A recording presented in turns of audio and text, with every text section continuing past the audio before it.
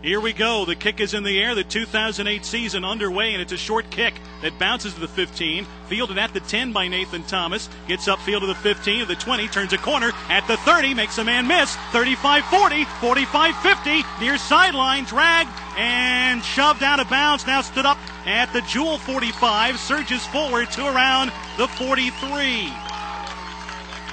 There's an injured Crusader who's slow to get up.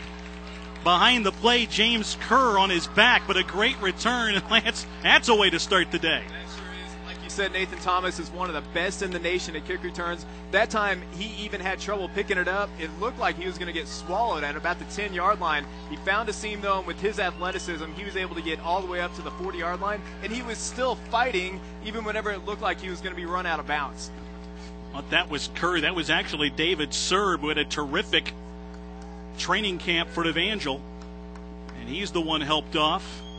And Evangel will get underway at the Jewell 43-yard line to start the season. Richie Ropke, the sophomore from Stratford, takes his team to line of scrimmage. 2 wide receivers to the left, 1 to the right, as we are underway.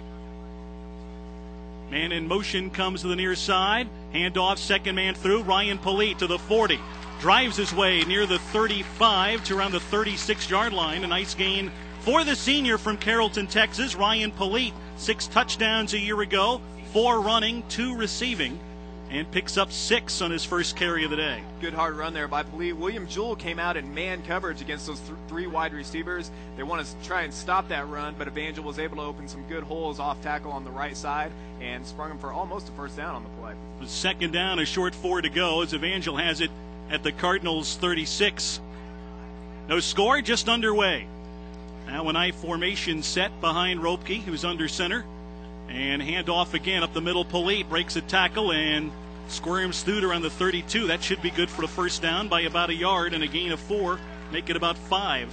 Looks like a Polite. Steady diet of run here for Evangel to start the game. That's what a great kick returner will do for you, get you in good position right off the bat. And Evangel doesn't have to come out and travel the whole length of the field. They can establish the run right here at the beginning.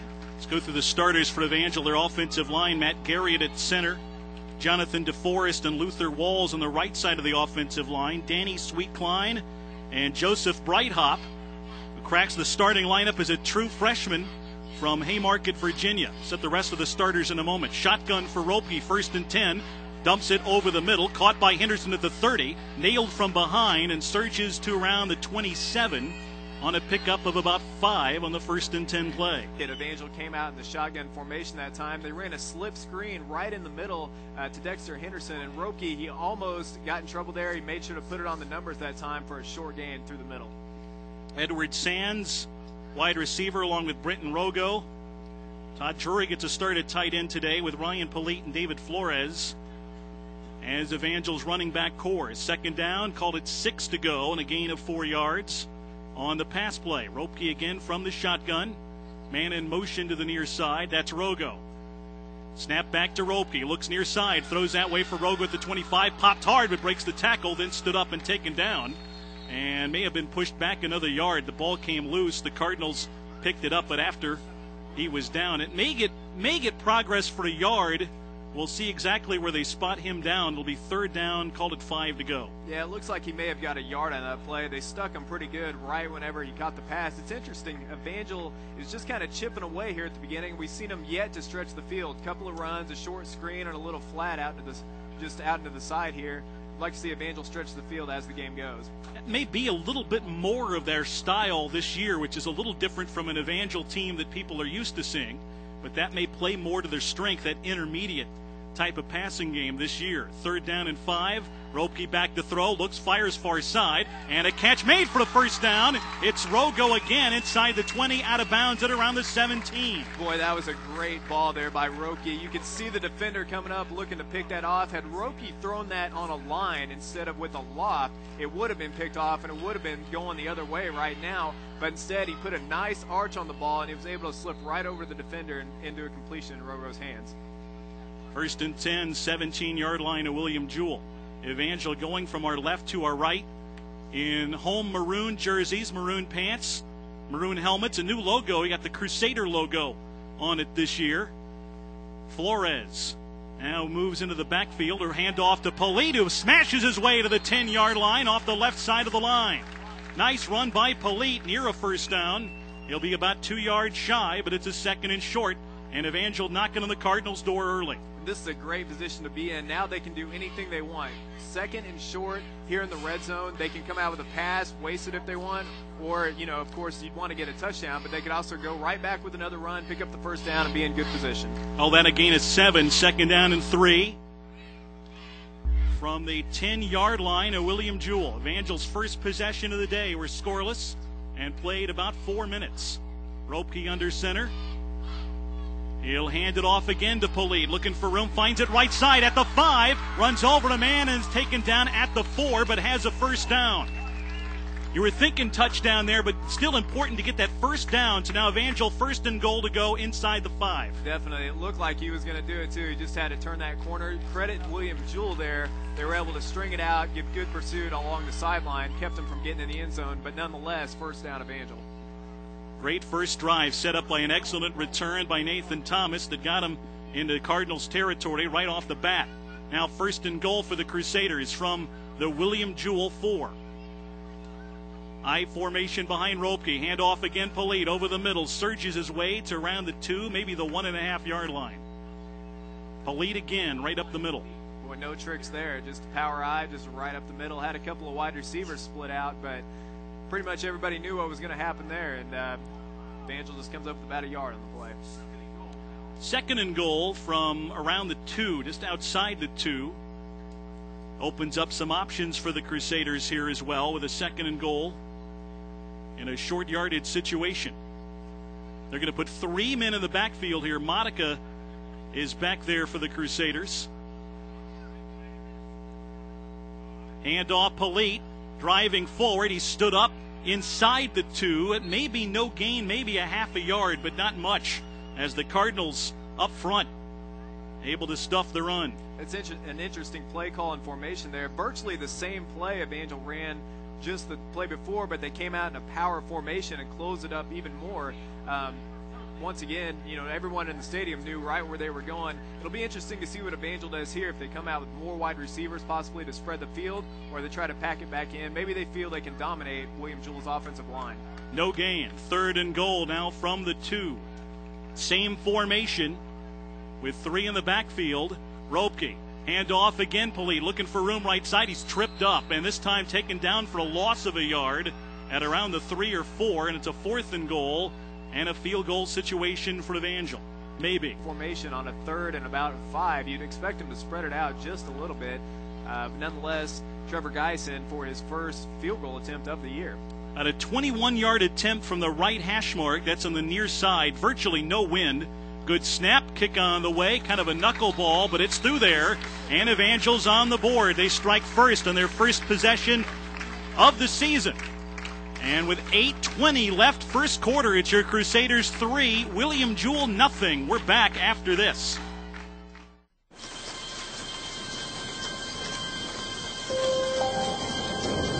This is a family that was almost fed by neighbors who almost volunteered to help them out.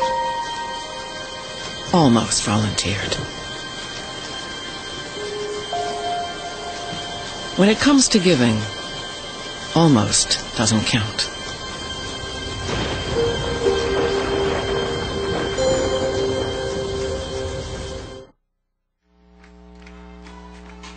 Nothing Evangel as they get a field goal on their opening drive. All right, Lance, you'd like more, but still some positives there. You get points, you get a lead early on. Certainly, you'd like more, but like you said, they were able to move the ball pretty much at will 40 yards down the field. They were set up with great field position, but we got to look at Ropke passing the ball a little bit. We got to look at Polite running the ball a little bit, and we got to see quite a bit out of Evangel in several different formations. So like you said, you'd like to get more, but we'll take 3. Ritchie was 3 for 3 passing in that sequence. Polite 7 rushes for 26 yards.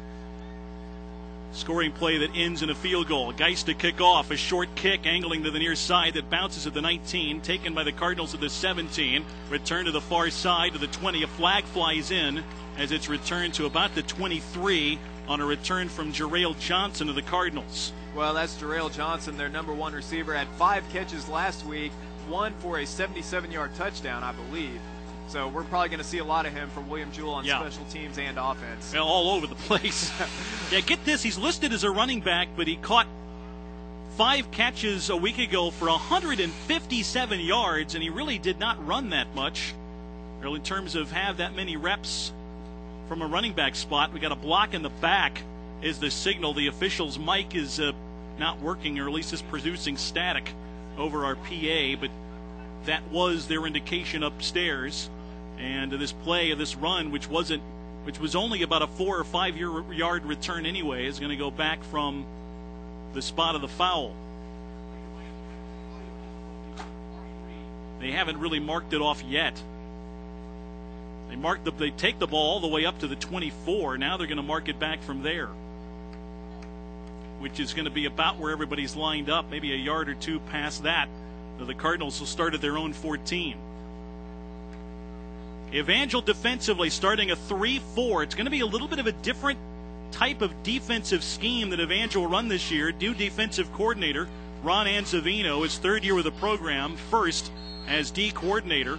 We'll run down their starters in a moment. Everybody jumps off sides, though, for the Cardinals. Everybody but the center, anyway, who did not snap it. Yeah, you mentioned the 3-4. That's interesting. That's probably to complement Evangel's strengths. You know, they're better in their linebacking core and in their secondary than they are their front line. So what you do with the 3-4 is you put 4 linebackers in, only 3 down linemen. That plays right into your strengths. Those 3 down linemen, Caleb Taylor and Ryan Chafin, the 2 defensive ends. Lionel Lilo will start at nose guard. Linebacking core, Andrew Matrone and Bo Gretsch on the outside. Jeff Hedrick and Trey Myers on the inside. 1st and 15, a handoff to Johnson, trying to bounce to the outside, and gets to around the 10 before he's wrapped up and taken down, as Evangel had that strung out well.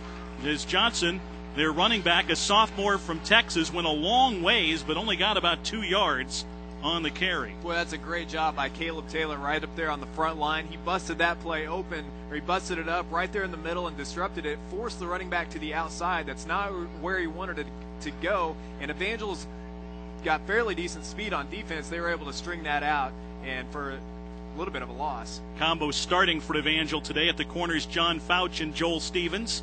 Nathan Thomas and Travis Meacham are the 2 safeties in the starting core. Quarterback will run to the near side, cuts upfield, and met hard as he gets to around the 15 by Trey Myers, the inside linebacker. A good stick on their quarterback, Drew Whitman. Boy, great pursuit, and that hole closed up quickly. It looked like that was going to be spring for a big gain, but just immediately Evangel's linebackers came in pursuit and shut that down. 3rd and 10 now for William Jewell in their road whites. Red letters and numbers, white helmets with red and black trim. 3rd and 10 for them from their own 15. Out of the shotgun is Drew Whitman, their quarterback. Sophomore from Charlotte. Back to throw under pressure. Dumps it off to Johnson at the 5. Breaks a tackle. Spun around to the 10, and down he goes. Whitman got drilled right as he was releasing it. And then great pursuit by the Crusaders. That's a loss of a handful of yards and a 4th down and punting situation for the Cardinals deep in their own turf. You said it, great pursuit, and you could see that developing. They had Jarrell Johnson lined up at the tailback spot that time, so you knew something was up. You could almost smell that coming. I'm sure Evangel's defense did as well, and they were trying to kind of run a little screen, little swing pass out to the side, but Evangel sniffed it out and forced them out of bounds. The punter is Garrett Withers, a senior from Independence. He is 2 or 3 yards deep in his own end zone. Back to return it for Evangel, Joel Stevens. A wobbly kick. Stevens catches it right at the 50, drops it, fumbles, picks it back up at his own 46. Up near sideline of the 50, 45-40, has room, 25-20, 15-10, gets a block, and he scores!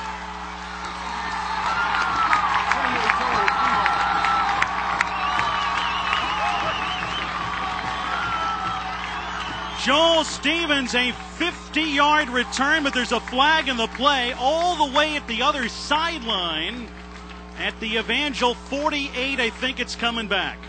That's never a good location for a flag on a special teams play if you're the returning team, in this case for Evangel.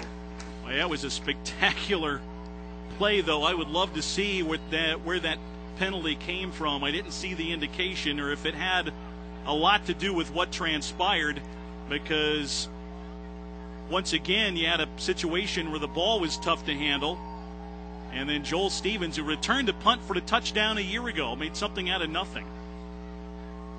Yeah, that's twice on the kick return by Nathan Thomas. He kind of made something out of nothing. The ball had trouble picking it up, and on that punt, Joel Stevens also had the same problems handling the ball. Ended up picking it up and ran it all the way back for a touchdown, but it looks like that will be called back. Be interesting to see what that call was on that play. And like you said, you made a good point. I wonder if that had anything to do with the play. It was all the way on the other side of the field. Well, Evangel now will have to start in their own territory at their own 42.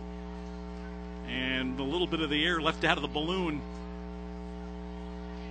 after that sequence. I formation behind Richie Ropke. Handoff again up the middle, Polite, and he is nailed and pushed back at around the 41 or 40. He got to the line of scrimmage and may get progress for no gain, but he bounced backwards about 2 yards.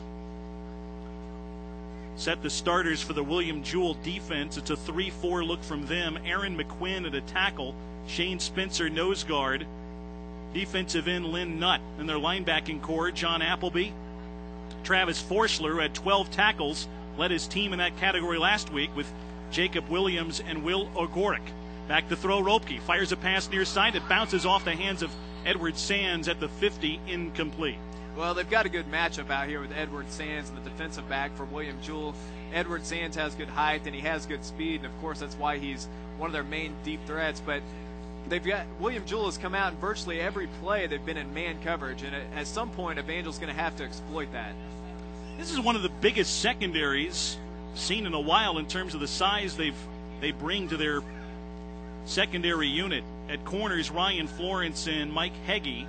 Eric Johnson and Clayton Hewitt are the two safeties. Hewitt had 2 interceptions last week, 3 picks by the Cardinals defense a week ago. On 3rd and 10, Ropke back to pass. Hit as he throws, and a leaping catch made by Rogo, who serves for a first down to the 46-yard line of William Jewell. He leaped up, out-battled the defender for it, and then spun and surged for a first. Great catch by Rogo, almost in basketball style. He jockeyed for position, trying to almost box out for the ball, and he got in front of him, and it was almost like a post play in basketball. Ropke laid it right in there for him, and he was able to catch the pass. Gain of 11, and he willed himself to that catch and first down. 1st and 10, Evangel at now the Cardinals' 46-yard line. Hand off, Polite, looking to the right side, gets upfield to the 45, smashes his way across the 40 to around the 39. It'll set up a 2nd and short.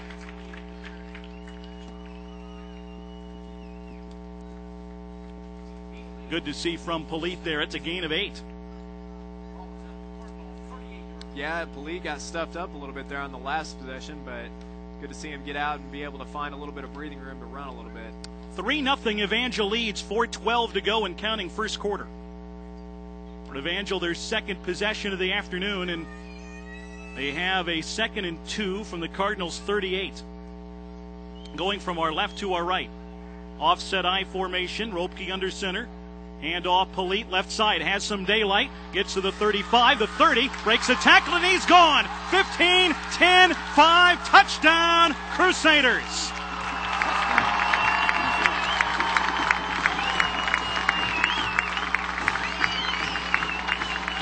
What a run there by Polite. That was a counter play.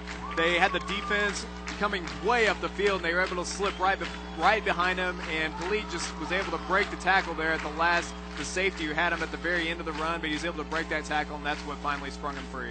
Leave a 34-yard TD run. Trevor Geis in for the extra point. Geis last year, 15 for 18 on PATs. Snap back, ball down, the kick is up, and good. And Evangel extends the lead over the Cardinals.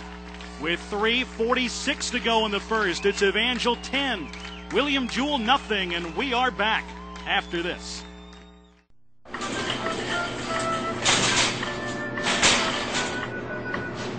What is that thing?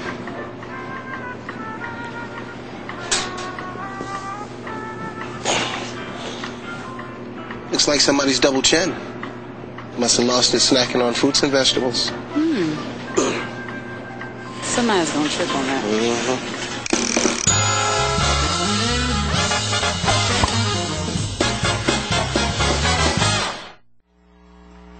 10-0 Evangel after Ryan Polite, a 38-yard touchdown run.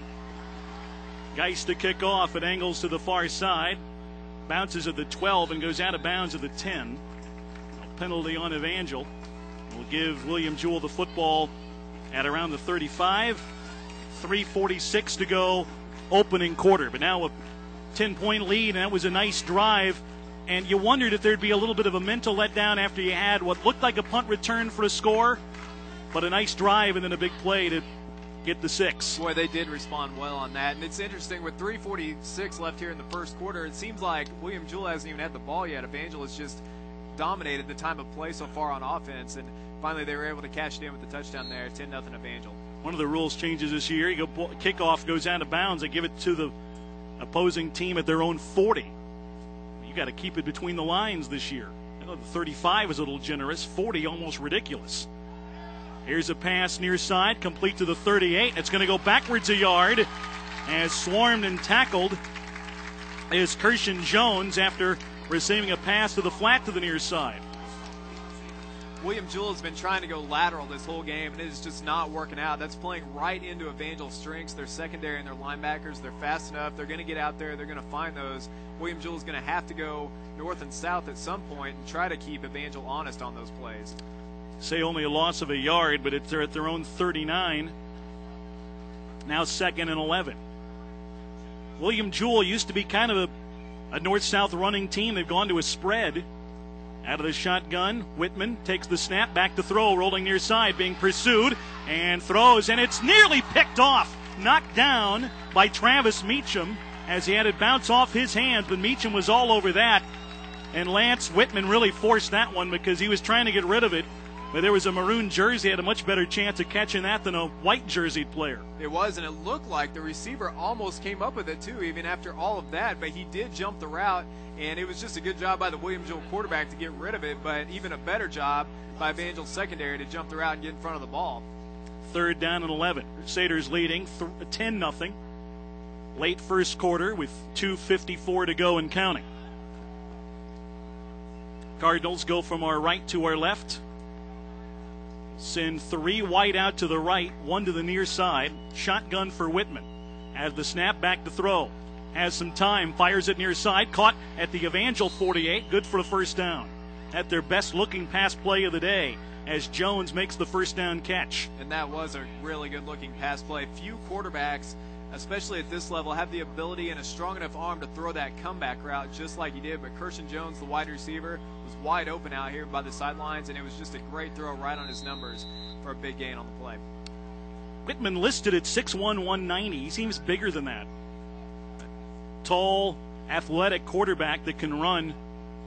A week ago was 20 for 29 passing for nearly 300 yards and a touchdown. 3 wideouts left side. Now we'll send a man in motion to the far side of the field. Out of the shotgun again.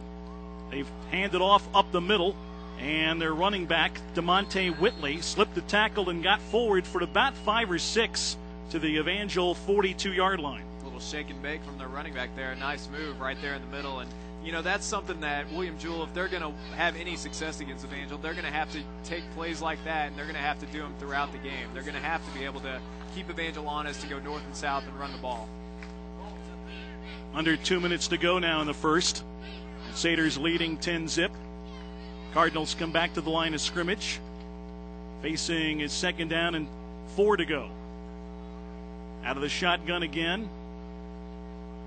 Whitman, low snap, but corrals it. Back to throw. Fires it deep, far side, and overthrows his target. He was looking to the end zone and overthrown by about 5 or 6 steps.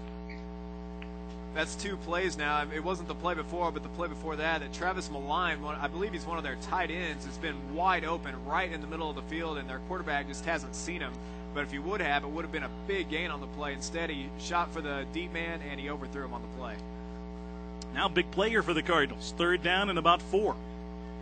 From the Evangel 42. They need this. Maybe in 4-down territory. You'd like to at least get a little closer. Out of the shotgun again, Whitman back to throw. Rolls to his right, being pursued by Serb. And he'll fire on the run down the far sideline. And it is incomplete. Broken up nicely by the Crusaders because that thing was right on target. And an impressive throw from Whitman on the run, but broken up well by Evangel, who had Meacham along with John Hunt in pursuit. You couldn't have asked for a better throw if you're William Jewell. That was right on the money, right into double coverage, too. And he almost came up with it without a problem. But Evangel had two men back with him, and they were able to knock the ball away at the last second. That was a scary good throw. They are going to punt. Garrett Withers will punt on 4th and 4 and knock it away from around his own 45. Joel Stevens back to return. Spiraling kick will clear Stevens' head and bounce to the goal line and into the end zone for the touchback. 1:25 to go in the quarter, and Evangel will take over at their own 20. Interesting call there somewhat to punt it at the 40-yard line. I mean, I know it's only first quarter and, you're only down 10-0, but, William Jewell really hasn't been in the red zone or anything. It's still a good call to punt it, but that's the kind of area that sometimes you see coaches say, let's just go ahead and try to get this. I believe it was 4th and not too many, 2 or 3 on the play. So I think that's what that third down play was so big. If it's 4th and 2, maybe they entertain the notion. At 4th and 4 and a long 4, they didn't feel comfortable with that. So here's 1st and 10 for Evangel at their own 20. 1:25 to go in the first quarter, leading 10-0. Fake the handoff. Ropke on play action as all day and goes deep. Has Sands wide open at the 40, at the 30. He is gone. Edward Sands on an 80-yard play action pass that was a thing of beauty.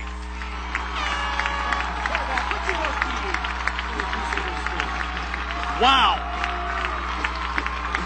We talked about it earlier. They were in man coverage the whole game, and eventually Evangel was going to have to exploit it. And right there, they just exploited it. Edward Sands, big-time mismatch on the outside, just runs a post route and a beautiful ball thrown by Roki right over the middle.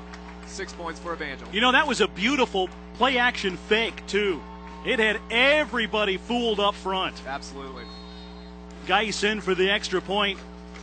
One play and an 80-yard strike, and there was no one near Sands when he caught it in midfield. High snap, Sebastian gets it down, and Geis makes the kick, and it's the Crusaders 17, William Jewell nothing late in the first. 1:11 left in the opening quarter with a timeout on the field. We are back after this. This is Sarah Watkins. A lot of people almost helped her. One almost cooked for her. Another almost drove her to the doctor. Still another almost stopped by to say hello. They almost helped. They almost gave of themselves. But almost giving is the same as not giving at all.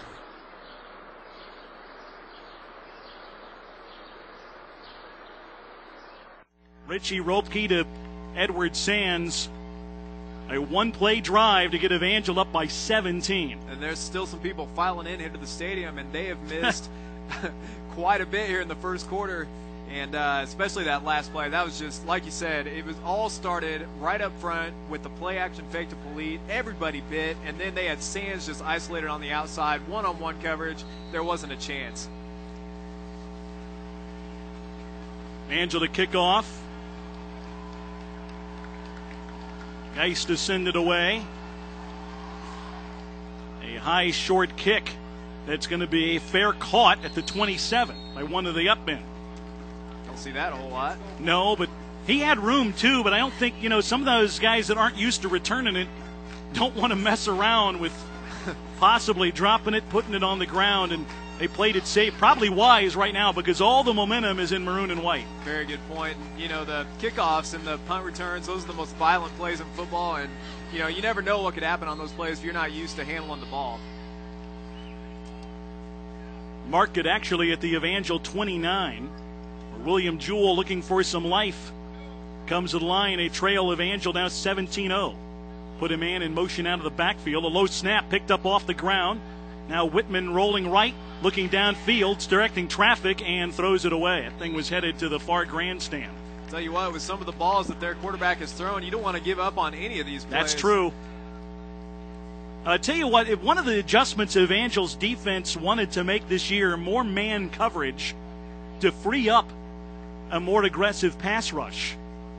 And right now that's worked quite well. And an opening night, you're facing a pass-happy team and a quarterback that can not only throw the ball well but can run too. Yeah, it's playing right into Evangel's hands. Just all their strengths, just everything William Jewell is doing is just complementing what Evangel does best. Thought that might still be a little bit of a feeling out process, though, for game one, but Evangel's played it well. Here's a quick pass, fired and completed to Johnson, who gets across the 40 and taken down at his own 42 for the first down and a gain of 13. And that was a quick pass play. They weren't looking necessarily downfield, more of a quick hitter to their go-to guy offensively, Johnson, to get him a first down. Absolutely, and boy, that guy looks scary when he's in the open field. We talked about him earlier, had 153 yards receiving last week, and you can tell he is just, they've had him lined up in several spots. Tailback, he's been in the slot, he's been a wide receiver, and they want to get him out in open space and get him the ball. He lines up in a slot right this time. And DeMonte Whitley, the running back, behind the quarterback, who's in a shotgun set and dumps it off to Whitley, who gets to the 40, down the near sideline before he's upended like Caleb Taylor at around the 45-yard line of the Cardinals, make it the 46. Yeah, great open field tackle there by Andrew Rickman. He had reinforcements coming, but he was able just to knock him off his feet right there by the sideline. Call that a run. The pass actually went backwards, technically a lateral, and a gain of 3, 2nd and 7. That might be the last play of this first quarter. Closing seconds tick away. A first quarter, an opening quarter to the season. That was a good one for Evangel. First 15 minutes in the books, and it's the Crusaders 17, William Jewell nothing. And we're back to Kennedy after these messages.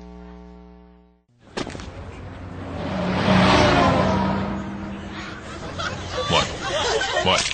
All right, what's the joke? What's so funny?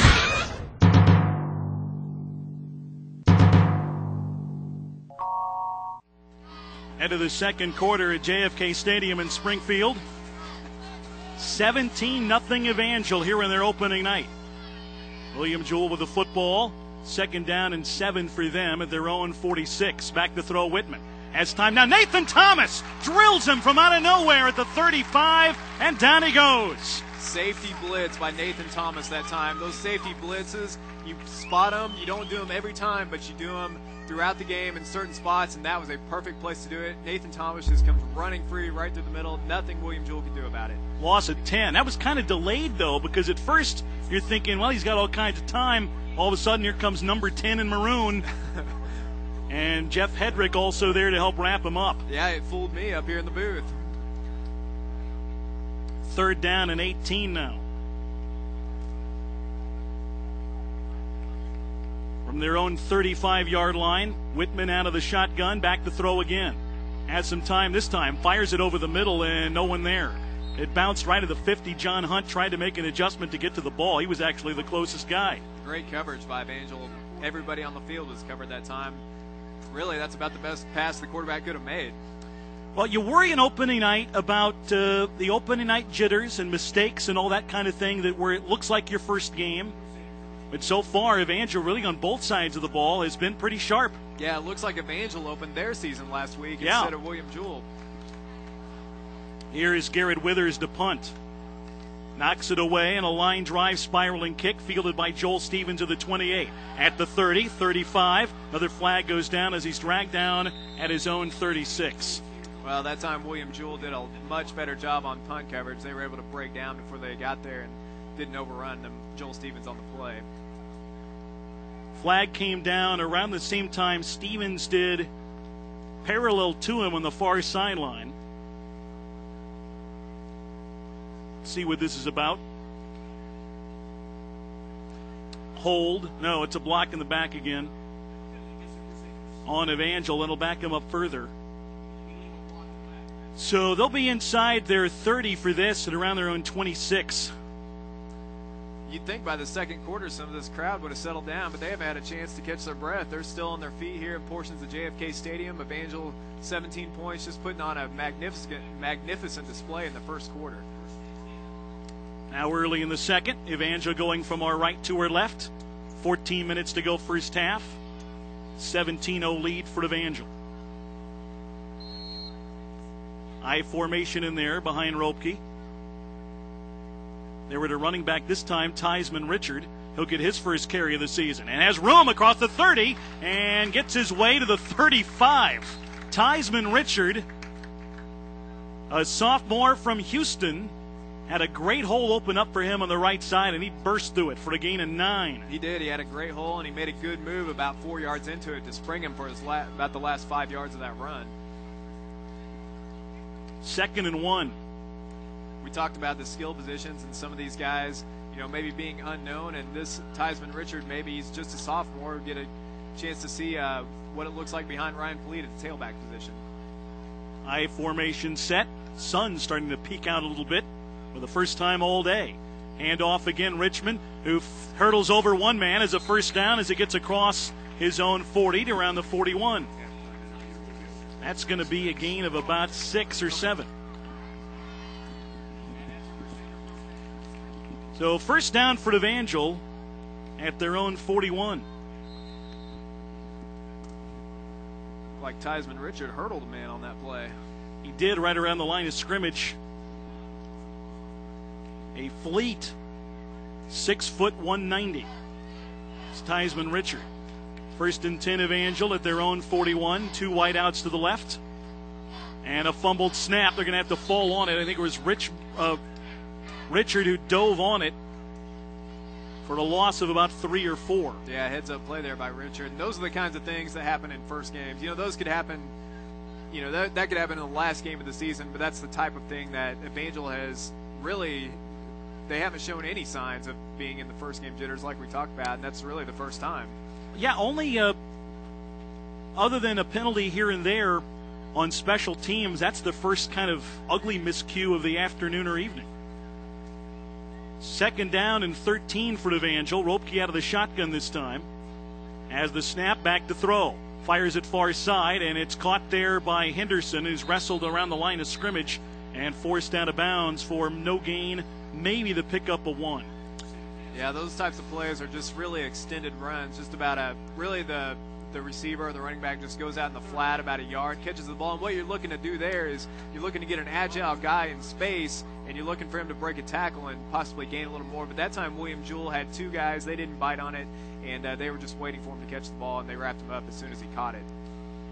Maybe a loss of a yard at 3rd and 15. Evangel at their own 36. 3rd down, 15 to go. Ropke out of the shotgun again. There's motion on the far side of the line. Ropke steps up in the pocket under pressure. Now has some room. Dumps it off the sand to the 45. He looks for room but is taken down at his own 49. There's no flag, and at least I don't see one yet. After a Cardinal looked like he jumped all the way across, but Evangel's sideline was looking for one. I don't think it's forthcoming.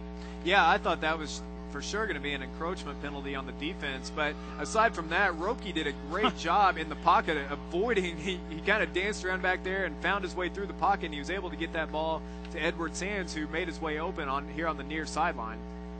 Gain of 13, but not enough in a punting situation for Evangel, as Geis, punting duties as well as a place-kicking duties, stands at his own 35. 10-man line, a high snap. Geis under pressure just does get it away. And a good punt. It's wobbly, bounces inside the 10, but no one can catch up to it. It'll go in the end zone for a touchback. I thought they had a shot at a block there, but they kind of held up a bit as Geis knocked it away and almost got them pinned deep. Yeah, you're right. They had about 4 guys coming free there right at the punter, and it looked like it was going to be a disaster, but instead Geis gets off a great punt, and it looked like, it bounced right at the 10-yard line, and it looked like it may have bounced and hung up, but instead it just went right back into the end zone. So William Jewell's going to take it out at the 20-yard line. 10:40 left, second quarter. 17-0 Evangel on top of William Jewell. Out of the shotgun, Whitman on a delay handoff, gets it away, and a gain of about 5 or 6 for the Cardinals. On a running play to around the 25 or 26-yard line, their own 25 or 26-yard line. That was Daniel Johnson on the carry that time for them. Well, they haven't ran much, but when they have, it's been fairly successful.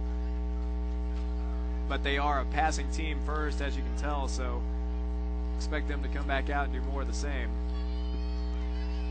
2nd and 4 from their own 26. Whitman out of the shotgun again. Fakes a handoff. Rolling left, he's going to try to keep it. Now gets a pitch away at the 30, at the 35, the 40. And run out of bounds after getting a good pickup and a first down. Yeah, they ran the option that time. That was really a well-conceived play and well executed. They ran a play action just like the play before, tried to fake it right up the middle. Instead, the quarterback just kept it on the outside, and he had a trailer with him that he was giving him an option to pitch it back to.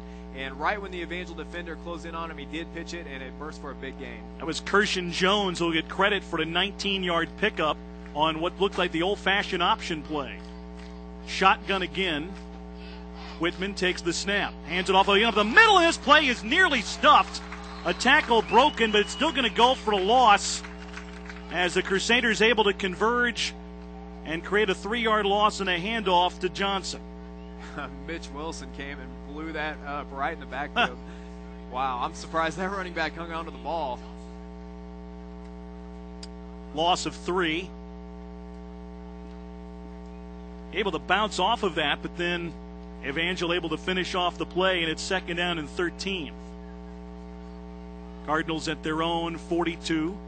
Snap back. Whitman pump fakes. Dumps it off into the flat now with the 38. Across the 40 and 45. Across midfield. Cardinals have room. A flag goes down as the man goes down at the 32-yard line of the Crusaders on a pass play dumped off as they were able to get the pass play to Josh Cooper, the running back, out of the backfield.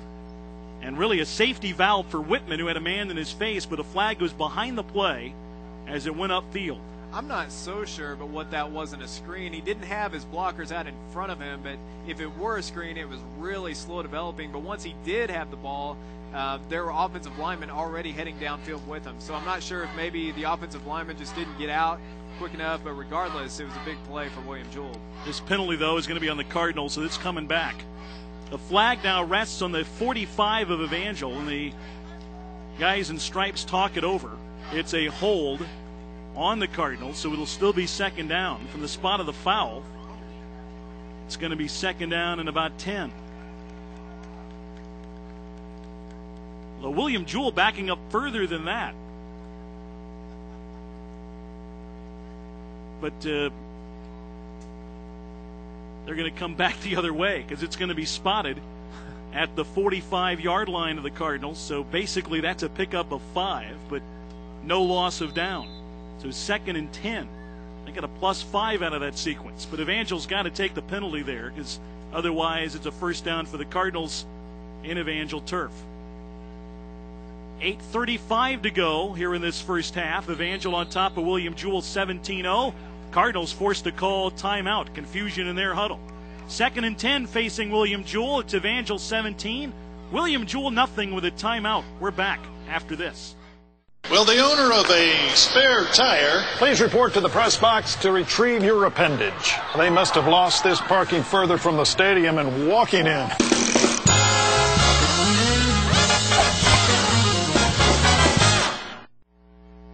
Ed Beach back with Lance Snow. Joel Gerdner will be along at halftime as well. Evangel leading William Jewell 17-0 after a Cardinals timeout.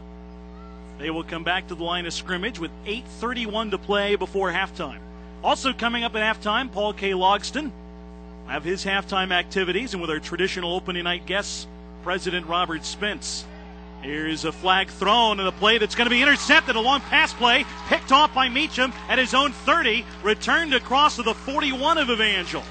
We'll see what the penalty marker is about, but Whitman was in some trouble as he threw it, kind of lobbed a pass in no man's land, Lance. You don't want to lob a ball up or have it up for grabs right down the middle of the field, and Evangel picked it off. No, you're right, and that's what safeties are for. I mean, Travis Meacham was just back there playing center field, and the quarterback for William Jewell just threw him a pop-up, and he caught it, and he was able to run it back. So, and then, of course, the penalty is against William Jewell, so that's going to stand for Evangel. Evangel right back in business. That was a block below the waist. Meacham will get credit for the interception. Last year had 3 and led Evangel in that category. Evangel gets it back. That's the first turnover for either team tonight. Evangel has it at their own 41. William Jewell coming up empty in that possession. Evangel's had success on the ground in the recent drives. I expect him to stay with that on this one. Ryan Polite back in and running back and gets a ball faked to him. Ropke back to throw, fires over the middle, has Rogo at the 40. He stumbles down to the 36, but a first down play. Well, apparently William Jewell thought the same thing I did, and Brenton Rogo is down right now, but it was a play action, and so Evangel wanted to come out and sell the run, and then they found Rogo over the middle, who is down right now. Kind of went down in a heap. Evangel's wide receiving core has been banged up, and that's a concern going into today. They really like their unit and the group that they have there, and they figure they have some depth and a lot of talent there, but they really can't afford to lose another member of that receiving group because they've got a handful there, and this is not a great sign. Rogo not putting any pressure on his right leg as they carry him off. Evangel is without Mike Reiswick, and right to the first scrimmage of the season, they lost the Ash Grove product as well.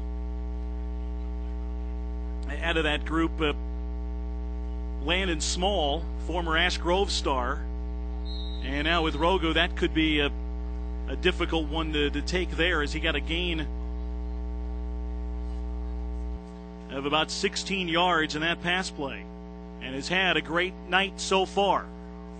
Here's a handoff to Polite, who breaks a tackle to the 35 and is wrapped up and taken down at around the 33 for a pickup of around 3 or 4 yards. Yeah, Rogo, that could be a big loss for Evangel. We saw him during spring practice, or not spring practice, but during the scrimmages this fall just a week or two ago, and Rogo was just an integral part of everything they were doing. Virtually every play had something to do with it. He's the slot man, and he's very versatile as a wide receiver. You can line him up, split him out wide, or he's kind of like an H-back, except he catches a lot of passes. So that could be a big blow for Evangel. 2nd down, 8 to go. Pick up at 2 for Polite in his first carry of the quarter. Short drop by Ropke, a lava pass that is caught and taken across the 30 to around the 28-yard line as the Crusaders put out of the backfield Kyle Young, a freshman, a sophomore from Bentonville, Arkansas. Boy, he just lowered his shoulder and barreled over a couple of guys. He's a load. He's about as wide as he is tall, and on that play, something else went unnoticed too. Once again, Ropke put great touch on that pass. He could have, fired that ball out there on a line, but instead he lobbed it up and he let the receiver run underneath the ball, and that lets his momentum, whenever he catches it, it lets his momentum carry him for extra yardage. Ropke, a sophomore from Stratford, he is 9 of 10 in this first half. 3rd down and 2 to go. Hands it off to the fullback, and that play stuffed it around the line of scrimmage. May have lost a yard. That was Young on the carry that time, and not enough. It's going to be 4th down and around 3 and a loss of a yard. What do you do here? I think at this point, Geis has a pretty good leg. I think you want to come in and try a field goal. You've been controlling the game from start till now, and so I don't see any reason to go for it, but they may want to just go ahead and go into the locker room, and they may just feel confident right now. They want to talk about it first, so they called timeout. 6:06 to go, second quarter. Evangel 17, William Jewell nothing. Timeout, Crusaders. We'll take 1-2 and return after this. What? All right, what's the joke? What's so funny?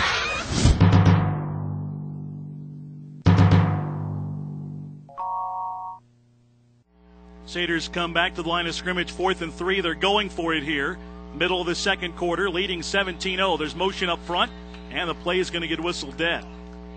One of the oldest tricks in the book, come out in short yardage on a 4th down, and you try and draw them off sides, and that's exactly what it looks like Evangel did. And that's just an easy way to pick up the first down. Don't even have to run a play. Unless Evangel jumped. The officials are talking about this year. I didn't see anybody obvious in maroon and white flinch. That doesn't mean that someone did that subtly, and Evangel has to back up on 4th down, and that may rethink the scenario. This is a long discussion for an offsides or a motion. It's motion on Evangel. Well, sometimes it backfires on Now I wish that mic worked, so I wonder if it, because Ropke sometimes, well, not Ropke, but sometimes quarterbacks in a hard count might lean forward a little more and draw the defense. And when the mics work, usually they'll tag a number or attribute a number to the penalty. Now Evangel may line up to punt here as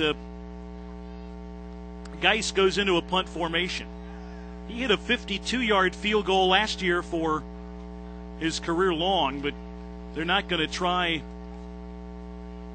anything risky here in this sequence. And on 4th down and 8, he stands at the William Jewell 46 to punt. Try what you call a pooch punt. Yep. Little wobbly kick, angling for the near corner, and he got it out of bounds. Was that in the end zone or not? It is in the end zone for a touchback. He's pretty good at those, though. He can place it in there, but that one just did get inside the pylon. It's almost like playing golf whenever punters do that. You know, they try to just get in that corner there. They call it the coffin corner, but and it was close. It looked like from up here he may have gotten it, but it looked like it just got inside the pylon, and it's going to be a touchback. So 1st and 10 for William Jewell at their own 20. 5:58 to go, second quarter. This is a point in the game, Lance. It's not critical just yet, but you got a feeling if you're the Cardinals, you need to do something good here in this drive. And a flag will go flying before this play is even off.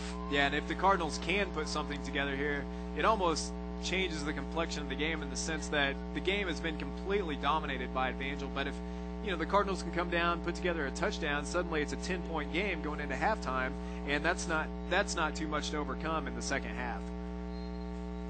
Looks like that will back up the Cardinals 5 yards on that. Like an offsides or false start, excuse me. Somebody came across too far then because they weren't even really lined up. That happens. Here's a 1st and 15 for William Jewell, now at their own 15-yard line. Whitman out of the shotgun, has the snap. Back to throw, stands at his own 5, fires over the middle, and his man fell down. Actually hit him in the feet and bounced the other way as it hit awkwardly. Yeah, and William Jewell's quarterback is starting to take some punishment from the Evangel defensive line. They're starting to get back in there.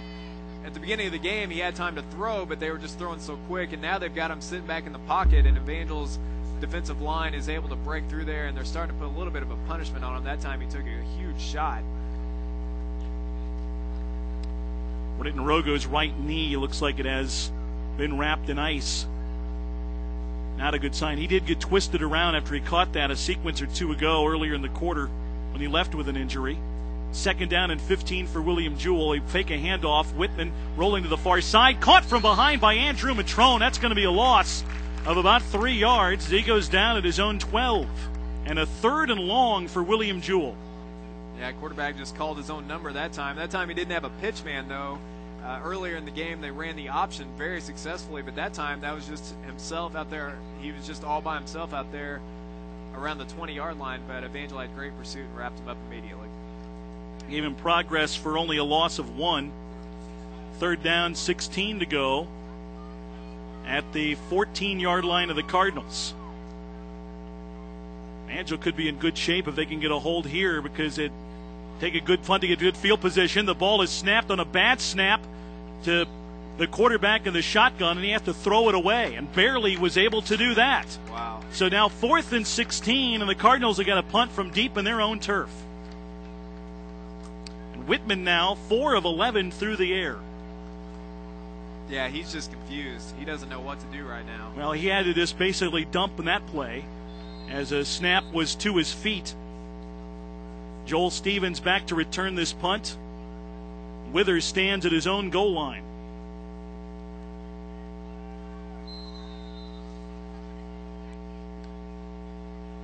Need a good snap here. You're in a vulnerable spot of the field. A high snap, but he gets it. Kicks it away. A wobbly short punt. Angling to the near side. It bounces at the 37. Across the 40. Rolls to the 45. And the good William Jewell bounce and roll will get it almost to midfield, but still in their territory at the 49-yard line. And Evangel has 4:49 with which to work and a short field here, Lance. Yeah, this would be a great opportunity for Evangel just to really step on William Jewell's throat. And, you know, if they can punch it in, go up 24-0 before halftime, that would just cap off what would be a great half for Evangel. And going back to that previous punt, that's a little bit of a scary play if you're Evangel because it's so high. Sometimes that hits off your own team. And so they were fortunate that they were able to keep the ball this time. They're almost in a spot where you can get a couple of first downs, and a field goal would be big. Ropke under center. 1st and 10 from the Cardinals 49. Handoff. Polite bounces to the outside. Tries to get around the corner. Does at the 45 and barrels over the man before he's knocked out of bounds at the 42 and a gain of 7. Wow, that was impressive. His ability to stop and start like that. He just ran right up to a defender and just hit the brakes and then made an immediate cut to his left. And then at the end of the play, just punished the defenders out of bounds. Ryan Polite, 12 carries, 81 yards already, including a touchdown. See him right there making that cut. Now he's stringing it out, and at the end, the defenders come up, and he actually looks like put more punishment on them than they did him. He's going to think it makes a defender made a good stop, but you're not going to want to do that all night. Be a little worse for wear after a while. 2nd down and 3 for Evangel at the Cardinals 42. Ropke a short drop, dumps it off, and it's bobbled. Corralled, though, at around the 40 before the man is shoved back. Going to be shy of the first down as they completed. That was David Flores, the fullback, who made the reception. They're going to use Flores a little bit as a tight end today, too. It's a gain, though, of 2 yards. Sets up 3rd and 1. Yeah, great concentration here. You can see him bobble it with the defender on his back, but he was still able to haul it in for a short gain, but still that's better than nothing. So Evangel gets back with a 3rd and 1 now. Like to convert this here. Right at the William Jewell 40-yard line. 3rd down, a short 1 yard to go. Send Henderson in motion to the far side. Handoff, Polite, who's met behind the line and stopped for maybe a loss of a yard, but he didn't get the first, that's for sure. It's going to be 4th down. Yeah, William Jewell was just sitting on that. They were just waiting on him to come right up the middle there on a 3rd and 1, and they met him. So Evangel bringing in the punting unit here. Geis back in there. William Jewell will get another shot, but again, he get a chance to pin them deep. As we're late first half. 3:03 and counting in the first half, with the Crusaders leading 17-0. Snap back to Trevor Geis, the sophomore from Arkansas, kicks it away, angling it to the near corner. It'll bounce to the 5 and go out of bounds just inside there. Maybe right at the 5 or the 4. Nice kick by Geis. Didn't really put it as a soft one this time. He did a line drive and a spiral, angling to the near sideline and hit his spot. Yeah, sometimes it's easier for a punter whenever they don't have to put such touch on the punt. It's an interesting way to say it, but I mean, you know, he didn't have to really worry about, you know, say if you're at the 30, you really got to pop it up, but that time he was able just to kick it like he normally would, and fortunately he had a good angle on it, so it just went right out of bounds when it hit the ground. 1st and 10 for the Cardinals, backed up at their own 5-yard line. Whitman out of the shotgun stands at his own goal line. Hands it off, and that's going to go back a yard to the 4, and a handoff to DeMonte Whitley, and the sophomore from Independence, taken down by a handful of tacklers to set up 2nd and 11. Crusaders in with 5 defensive backs right now. Interesting play call by William Jewell. It looks as though they're not necessarily conceding the half, but they would be fine with getting out of here with this score at this point, running the ball on 1st down there. Under 3 minutes to play in the half.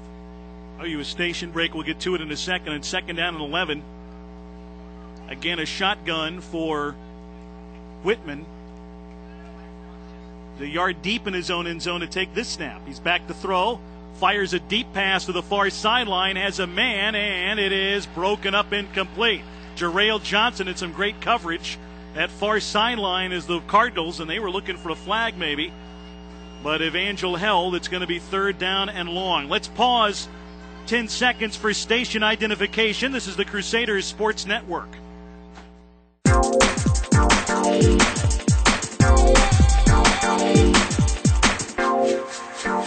Fired far side, overthrown, incomplete on 3rd and 11. It's going to be 4th and 11 for the Cardinals from their own 4-yard line in a precarious punting situation for Jewell. Wow, they're almost giving Evangel points here. Evangel really needs to take advantage of this. You know, they come out and they really don't waste any time throwing 2 incomplete passes.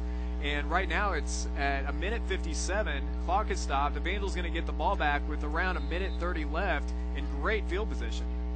They have 2 timeouts to work with as well. With 1:57 to go before halftime, Withers literally can't go back any further. His heels are at the back end of his end zone. Waits the snap and will punt it away to Joel Stevens. There it goes, a short, wobbly kick that'll bounce at the 38. Stevens will pick it up at the 41, gets to the 35, sidesteps a man, now backtracks to the 40. It's a huge block at the 35-30, 25-20, at the 15, knocked out of bounds at around the 12. Wow. John Hunt on that play.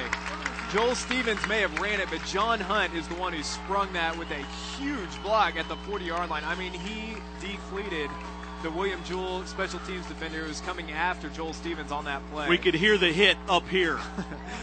That's how hard it was. You can see it right here. Stevens picks it up, and he just comes and wham! Right here. Just levels him, and that's what springs the whole punt return. Huge chance now for Evangel with 1:45 to go before the half. They lead 17-0 and have a 1st and 10 at the Cardinals' 11. Shotgun for Ropke. Hand off Polite, trying to bounce it to the outside, got tripped and taken down to the 16. A loss of a handful of yards. In fact, it's going to be a loss of about 5. And be 2nd down and 15 for the Crusaders. Watching Polite the whole time on that play was William Jewell. They had 3 wide receivers lined up here to the near side. Looks like they're going to try to flood the field, but that they ran the other way with Polite. But William Jewell had it sniffed out. 2nd down, 15 to go. 3 wide receivers to the left. Polite to the left of Ropke out of the shotgun. Snap back to him. Looks, now sidesteps a man in the pocket, fires on the run, and it is picked off. Intercepted by William Jewell at the 15. A huge play for the Cardinals, who keep Evangel off the scoreboard in that sequence with now 57 seconds to go before the half. Well, Evangel missed a good opportunity there, but credit goes to William Jewell's secondary on that play.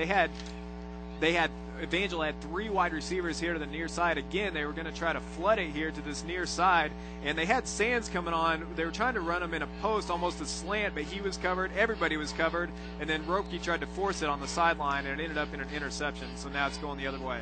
First turnover for Evangel tonight. 1st and 10, William Jewell at their own 17.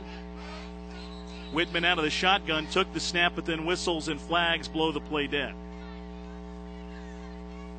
Play has gotten a little bit sloppier here in the 2nd quarter. A little bit more penalties, but procedure again on William Jewell. Had a handful of those today. They'll back up another 5 with not a whole lot of room to go much further backwards, but now they're at their own 11 or their own 12. Looks really like about the 11-yard line. 1st and 15. 57 seconds to go before the end of the half. Whitman has the snap. Back to throw at his own goal line. Wrapped up, taken down, lost the football, which bounces out of the back of the end zone. That's a safety. What a play. He was in the shotgun formation, and he didn't even have time to do anything with it. Just before he knew it, Ryan Chafin was in his grill in his own end zone, and it ended up going out the back, so it's going to be a safety. So Evangel will get 2 points on the play, go up 19-0 here right before the half. What a great play by Ryan Chafin. Chafin, a senior, make it a junior from Fordland. Played high school ball at Rogersville. And really, it's a safety and 2 points for Evangel, but William Jewell kind of got lucky on that. You put the ball down on the ground and the end zone you're defending, it's serious trouble. They're lucky they got out of that with just 2 points allowed. Yeah, you're right. Right at the initial hit when he lost the ball, it looked like it could have been an opportunity for Evangel to pounce on it to get a touchdown. But then whenever he spun him around, the quarterback then, I don't know if he kicked it or he just got his hand on it and he he was able to knock it out the back of the end zone. So you're right. William Jewell actually did get lucky on the play, really just giving up 2 points there. In fact, the second look, maybe he did try to kick it out of there to make sure it wasn't recovered. If that's the case, it was a heads-up play. But now Evangel with another opportunity because the Cardinals have to kick to Evangel. 51 seconds to go before halftime. They'll kick off from, they may try to punt. The ball's not on a tee. May try to punt it from their own 20. And Evangel's going to have decent field position out of it. Todd Drury tries to pick it up, though, off the ground. As it bounces, the ball's still loose. There's a scramble right at the 50. Now the play just now whistled dead in a mad scramble for the football. And William Jewell's going to come out of there with it. Wow. Served as basically an onside kick. In a weird way, they weren't trying to get it. That's just the way that wound up playing out. You know, we talked earlier about how the up men generally sometimes don't like to catch the ball, and William Jewell's up man did call a fair catch. Evangel's up man did not, and we see what happened that time. Their up man tried to catch the ball, and he ended up fumbling it, and now William Jewell has the ball back. So it may have been a good play by the William Jewell up man earlier in the game, and now we see why. They get the ball all the way to midfield at their own 49. Best field position they've had in a long while tonight. Whitman out of the shotgun, back to throw, scrambles to his left, under pressure, and he's wrapped up as he throws, but throws it way away, and Evangel's looking for grounding. Pleading their case, Ryan Chafin there again. Yeah, and Nathan Thomas, too, came on another safety blitz that time right up the middle, and they had big-time pressure coming out, and they forced him out of the pocket, and I really don't see how that is not going to be intentional grounding. We're going to take another look at it here, but he's getting forced out of the pocket right now. I don't see a receiver anywhere in sight. He just throws it out of bounds. That thing was headed for the first row. Here on the replay, there wasn't even a receiver in the picture. He wasn't even trying to keep it in bounds. That thing literally went at an angle to the grandstand. Second down and 10 for William Jewell. Whitman out of the shotgun, back to throw again, under pressure. Hit, wrapped up and sacked at his own 39. Bo Gretsch this time. Or was it Matrone? There was a bunch of guys in there. As whistles will stop the clock at 23 seconds to go before the end of the half. Third down and about 20 for William Jewell, and they get a timeout called. We'll keep it here. Timeout Evangel, because they got a chance to get the ball back perhaps before the end of this first half. They get the sack and the timeout. With one timeout still remaining, they'll have a chance to stop the clock again and maybe get the ball back and have one more crack to score here before the end of the first half. It's a first half in which they lead 19-0 on opening night for the Crusaders. Wow, how many possessions have there been in the last 3 minutes between each team? It has just gone back and forth, and Evangel on defense is really dialing up the pressure right now. That time they at least brought 2 extra men on that play. You can see Andrew Matrone plays linebacker, and he's the one who made the play, and he was just bringing it right up the middle. They brought Nathan Thomas on safety blitzes a couple of times, and so Evangel, they may be smelling blood on the offensive line, and William Jewell could be weak in that area, and they're really exploiting it right now. Third down, 19 to go for William Jewell. 23 seconds to go here in this first half. Again, Paul K. Logston, Evangel's Public Relations Director, will visit with Evangel University President Robert Spence at halftime. We'll also get Joel Gerdner's thoughts at the intermission. Low snap picked up off of the turf by Whitman. He throws near side, and it's broken up. Nearly picked off, but Fouch came flying in and deflected the pass intended for Taylor Gallagher.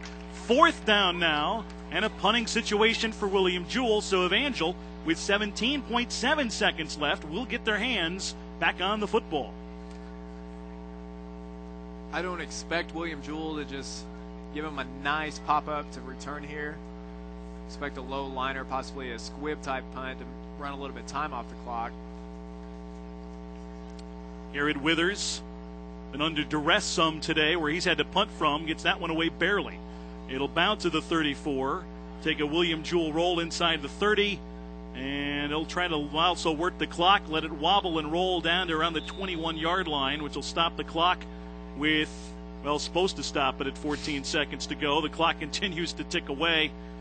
It stops now with 12 seconds left. Not that it may matter. Leading 19-0, Evangel might take a knee. Well, to be fair there, I was watching the clock, and they actually didn't start it okay. until about the time the ball hit the ground. So they know what they're doing across the way. Yeah. It all comes out even. Evangel at their own 21, closing seconds before the end of the first half. It's been a great first 2 quarters, though, thus far, hasn't it, Lance, for Evangel? You come into this thing with some unknowns on both sides of the football, but more so on offense, and had to feel awfully good about themselves with his first 30 minutes have gone. Yeah, the defense putting up a 0 here in the first half, that's really, they've played exceptionally well, but it's really no surprise that they've, shined and excelled. But the offense just coming out here and really just doing a number on William Jewell is really good to see. Crusaders take a knee and run out the clock, and we're at halftime at Kennedy. It's Evangel 19, William Jewell nothing. Our score at the break.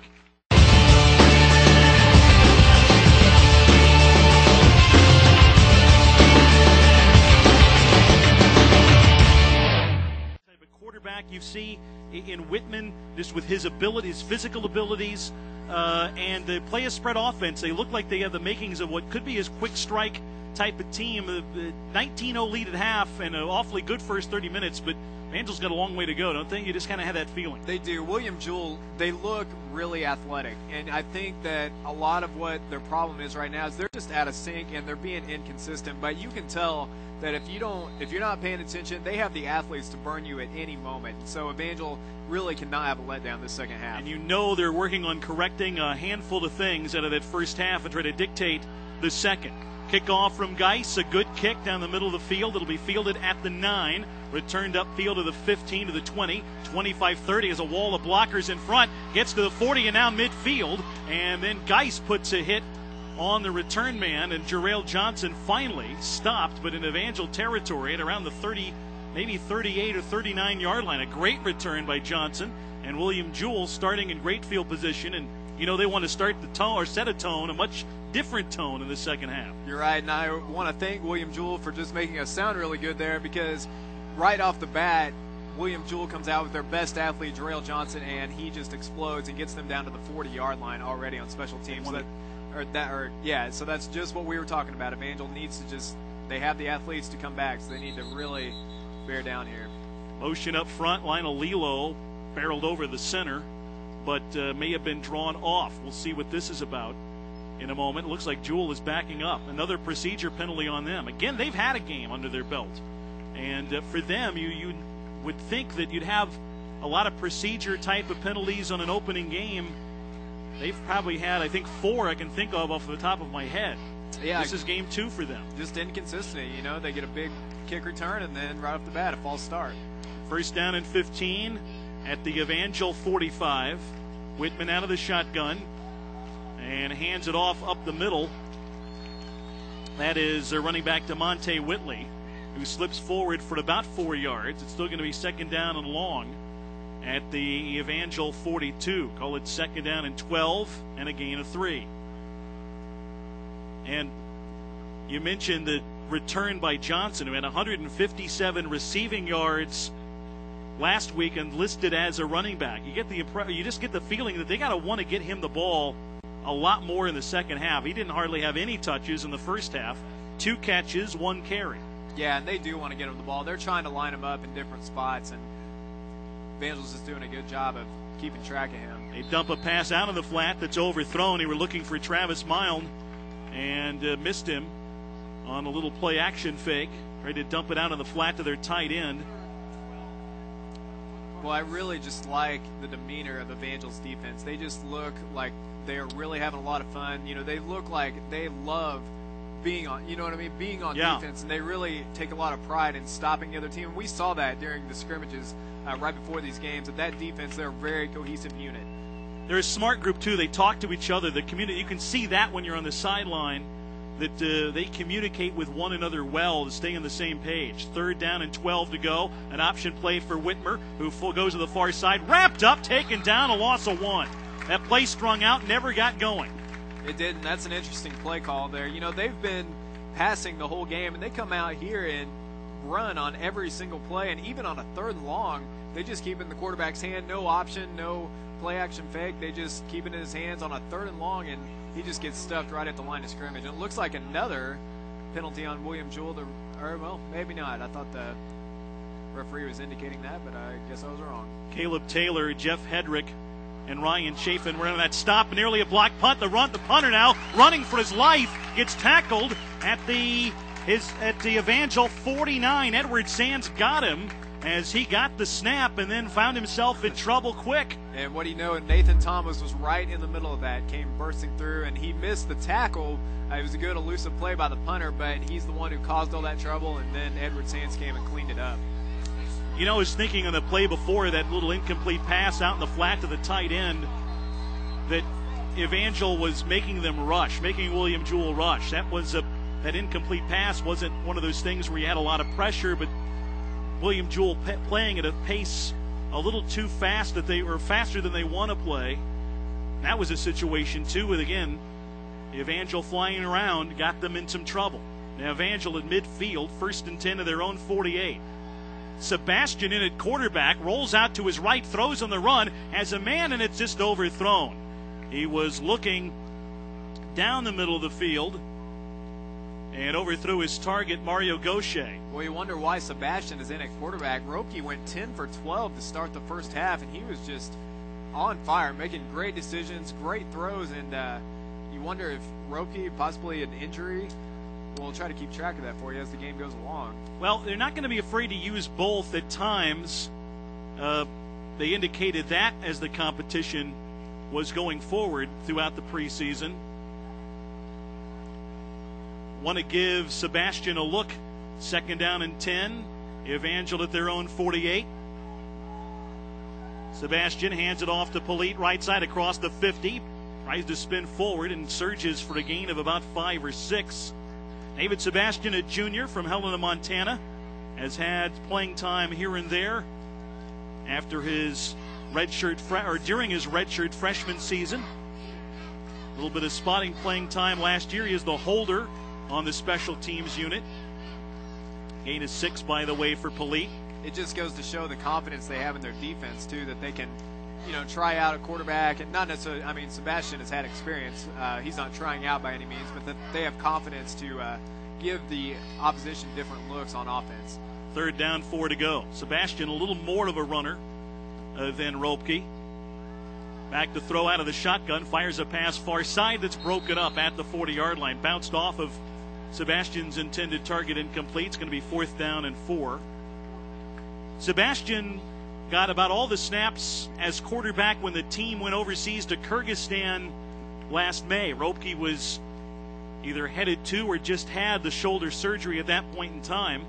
Evangel sent over a roster of less than 30 players, so Sebastian was the only quarterback and got the snaps there and got some valuable experience in that trip as well at quarterback. Geist to punt, knocks it away from his own 43, and a fair catch is going to be made at the 10 by the Cardinals, as the return man, Adam McBride, did not want to have that get a chance to get behind him for an opportunity to get pinned deep.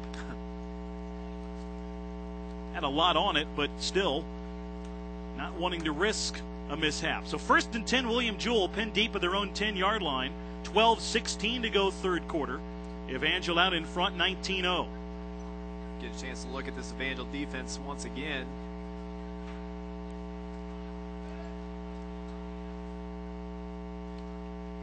Whitman still in there out of the shotgun. He'll hand the ball off, and the man wrapped up nearly as he got it and dragged down for a loss inside the 10 at around the 7. Crusaders back in there quick. Bo Gretsch and Andrew Matrone got to him quickly.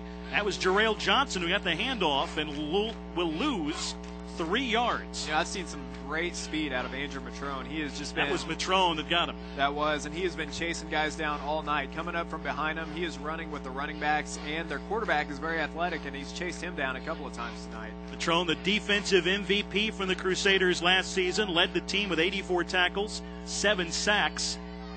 Now 2nd down and 13. Whitman out of the shotgun. Slow count, the ball goes loose, and it's going to be another safety as Johnson has to recover the ball 5 yards deep in the end zone, and a bad snap back to the QB. Wow, and it's not often you see 2 safeties in one game, and that time, a lot of coaches, nowadays with the spread offense, a lot of teams are going with the shotgun formation, but some coaches don't like to run that deep in their own territory, and that's exactly the reason why, because if there's a bad exchange and the quarterback doesn't get it or a bad handoff, that's exactly what can happen. And 2 more points for Evangel as they're going to once again get the ball back, and more than likely the William Jewell kicker will come on to punt. So odd path to 21 points, but there we are. Evangel with a field goal, 2 touchdowns, and 2 safeties. I'm not sure I've ever seen 2 safeties in a single game anywhere at any level. This is unusual. Yeah, I don't think I ever have. We probably have seen a record out of this thing today. That was a loss of 7 yards back into the end zone for the safety in that play.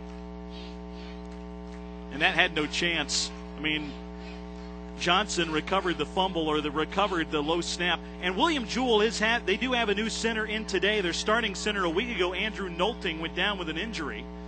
And that was a spot that they were concerned about coming in. And that's not the first time tonight that the Cardinals have been forced into an iffy snap. Yeah, that's a bad place to have it happen too, back within your own 10-yard line. But there you got that field position type of situation that plays out big. Yep. William Jewell's going to have a different guy punt here too. Troy Green, a freshman from Lawson, Missouri, is going to punt it straight up in the air. This is going to be like an onside kick, but it bounces and goes out of bounds, and there's a penalty marker. Where do you put an out-of-bounds kick from their own 20? You don't go back to the other 40. Well, actually, you get the option. You go to your own 40 or you take it when it went out of bounds, I think. And Evangel might ask him to kick it again.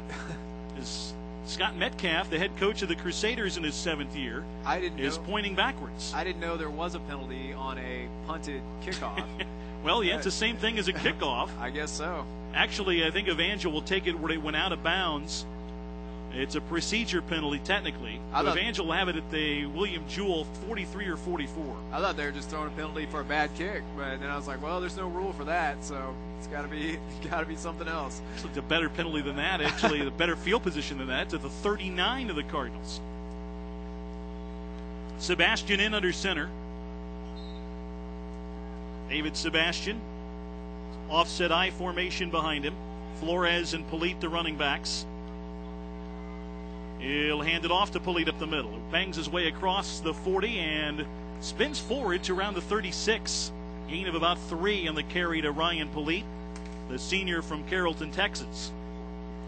Good job by Polite there to use his momentum. He really got stopped for about a 2-yard gain and turned it into about a 4-yard gain with an extra spin there towards the end. And they mark him down to the 35 of William Jewell, so call it a gain of 4. Polite 16 carries, 84 yards tonight. Evangel with a 21-0 lead. The 11-17 to go. 3rd period. Opening night for Evangel's football season. Sebastian. Delay handoff to Polite, who got wrapped up in the backfield and fights forward, maybe for no gain. Could lose a yard. Depending on where they mark him down, it'll be 3rd and long for Evangel. That play nearly got blown up before it even started. It looked like William Jewell had a really good push right up the middle. They did manage to get the handoff exchanged, but it was just a limited gain, if not a loss on the play. Looks like it was about a 1-yard loss. Yeah, call it 3rd and 7 coming up. Saters break huddle. Edward Sands goes out wide to the right. Dexter Henderson in the slot. To the right side, Zach Troutman out wide left, and for the first time tonight, Sebastian, the quarterback, out of the shotgun formation. Has the snap, back to throw, looking over the middle, and will dump it off to an open Polite. Flag goes down as he gets across the 25, and then breaks a tackle to surge to the 20. When he goes down there, the flag, though, right in the Evangel pocket. Wow, So that may not be a good sign for the Crusaders, who were standing to get a first down play out of it.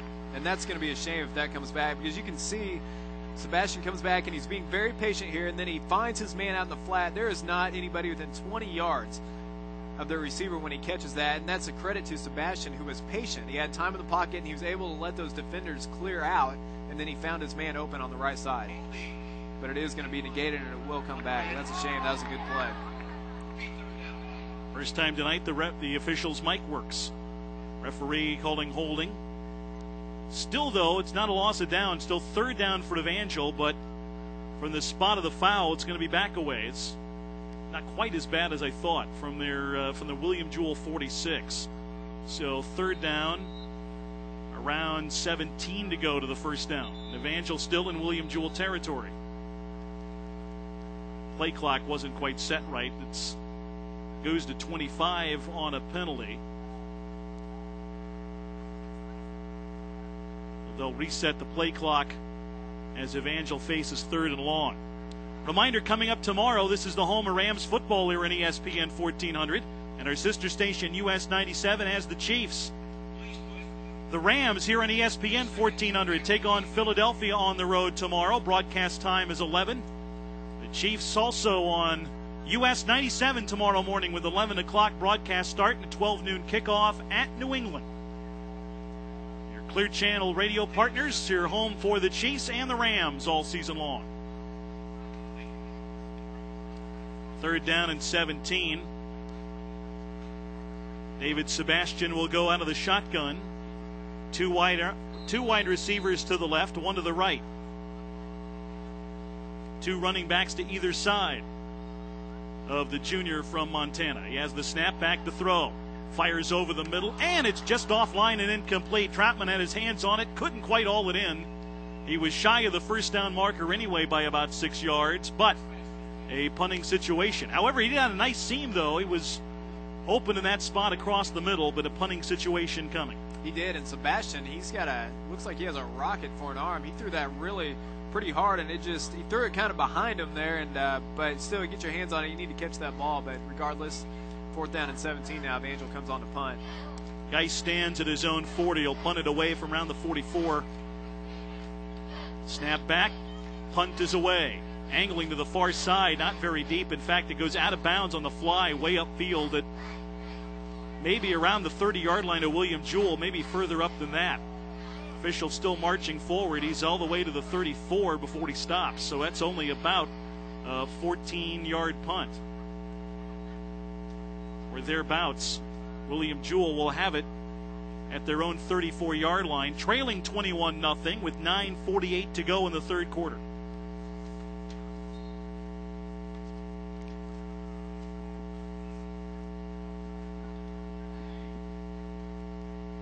Two wide receivers to the right, actually three to the right, one on the far side to the left.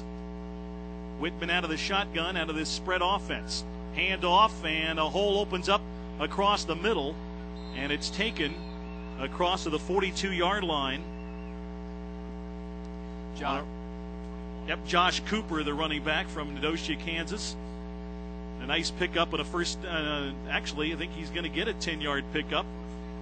Make that a gain of 11 and a first down for the Cardinals. It's the best running play we've seen all night from William Jewell. He just takes it here in the shotgun, finds a seam over to the right side, and picks up about 10 yards on the play. First and 10, William Jewell.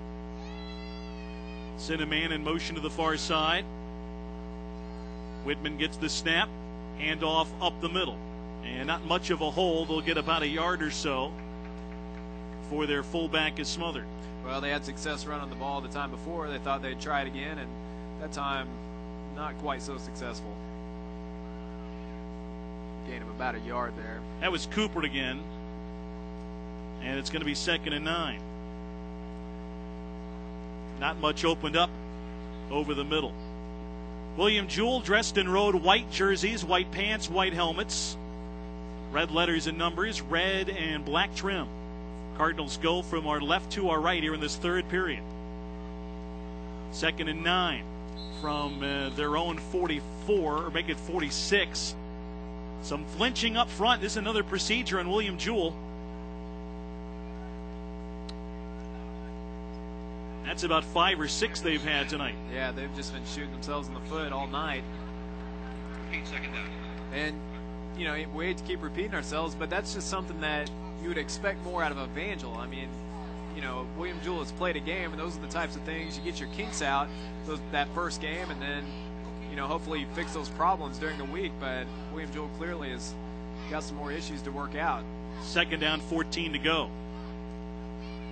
Whitmer out of the shotgun, fakes a handoff, now being pursued, dumps a pass off, gets it across to the 40, and taken around the 47 before he's taken down by a trio of Crusaders. He got it to Cooper again. Bo Gretsch, Nathan Thomas, and John Fouch all there to converge. A nice pursuit because Evangel had a pretty good blitz on, and Cooper with some speed got upfield fast to get positive yardage, but then Evangel just closed on him so quick. Yeah, really, that was the perfect play call for the defense that Evangel was throwing at him, but Evangel has been so good on defense tonight that they are even able to overcome the perfect play call against them. So that's just an indication of how cohesive they are and how well they communicate, like you said earlier. Actually, Fouch avoided a block. He sidestepped a guy to get to Cooper first. Now 3rd down and 7 to go for William Jewell. Back to throw, Whitman again. Throws deep over the middle, and nothing there. It's incomplete, and they're going to throw a late flag, and I don't think this one, I'm not buying this one at all. No, that wasn't even, I don't even believe that was a catchable ball, even if he did interfere with Well, he had position. I think that's what's going to be the argued point.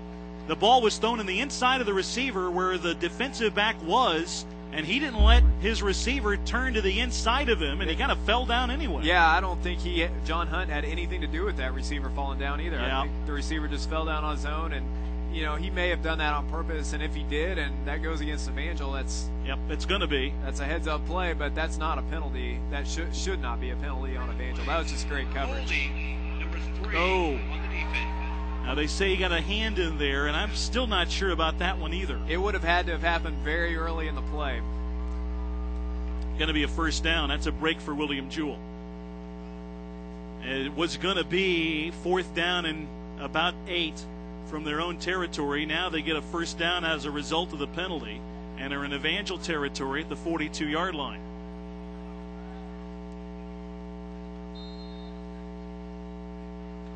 Drew Whitman wandered a ways to his sideline for the play. Now comes back to the shotgun position. Snap back to him, handoff, looking up the middle. Cooper again, tripped up at around the 40-yard line for a gain of around 2.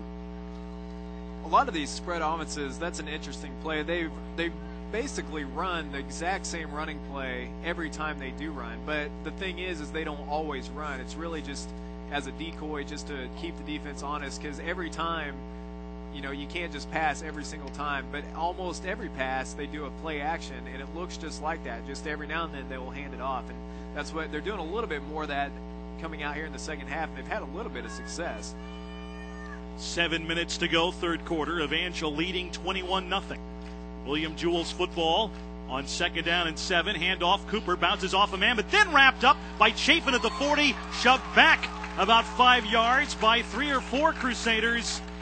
He'll get progress maybe for no gain. And they did it once again, the exact same running play out of the exact same formation. That was impressive. Cooper tried to spin out of it, and Evangel didn't let him go. Now 3rd down and 8 as they lose a yard, and at the Evangel 40. Needing something here. They've been shut out thus far, and face 3rd down and 8 to go, and Evangel turf at the 40-yard line. Still some time. If they can get points out of this possession, they'd be in striking range, but need to convert a big 3rd down play here. Whitman out of the shotgun, back to throw, backpedaling, dumps it off to Cooper at the 45, gets to the 40, and slips free for the 1st down to the 31-yard line of the Crusaders. So they do convert as they pick up around 10 yards, and it'll screen play to Cooper. Well, once again, that is the perfect play call against what Evangel's been doing. Evangel's been bringing on. In fact, it started in the 2nd quarter. Evangel really started dialing up the defensive pressure, and they really haven't stopped, especially on 3rd and 4th down. You can see they do it once again, and once on that screenplay, once those defensive linemen have committed and they're way up the field, they just dump it right to the running back, and then he's got a lot of room to roam. Yeah, because everybody's so spread out all over or downfield, in addition to either sideline. 1st and 10 for the Cardinals at the Evangel 30. They hand it off again, and Cooper met behind the line of scrimmage at the 32.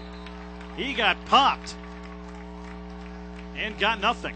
You got to like Matrone there at the end of the play. He really didn't have anything to do with the tackle. He just wanted a piece of it and jumped on the pile there at the end. But that's just the mentality of this defense, and they are just swarming to the ball, and they're just excited to be out there. I almost think they would rather just be out on the field the whole game. I mean, they are really loving playing defense. Loss of 2. 2nd down, 12 coming up. They've been on the field a long time, especially here in the second half. Under 5 minutes to go here in the third. Whitman out of the shotgun, back to throw under some pressure, throws deep far side, and it is caught for a touchdown for the Cardinals.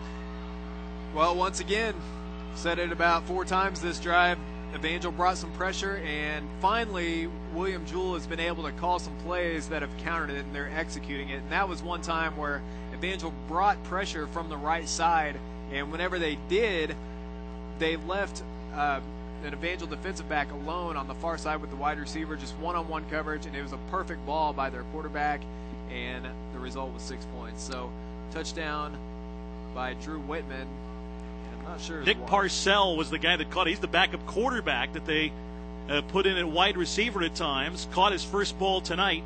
The extra point is no good. He missed it wide left. Garrett Withers missed it to the left of the uprights.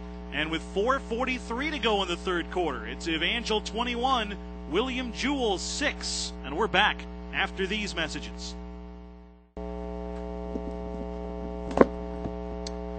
Yeah. School because, nobody cared. I was on drugs, and my mom didn't really care because she was on drugs. She was never home. I was in 8th grade for like 3 years. I was heading nowhere. I just thought the only way I can make something out of my life is that if I get an education, I don't want to be a loser, some loser getting high all the time. I want to make something out of it.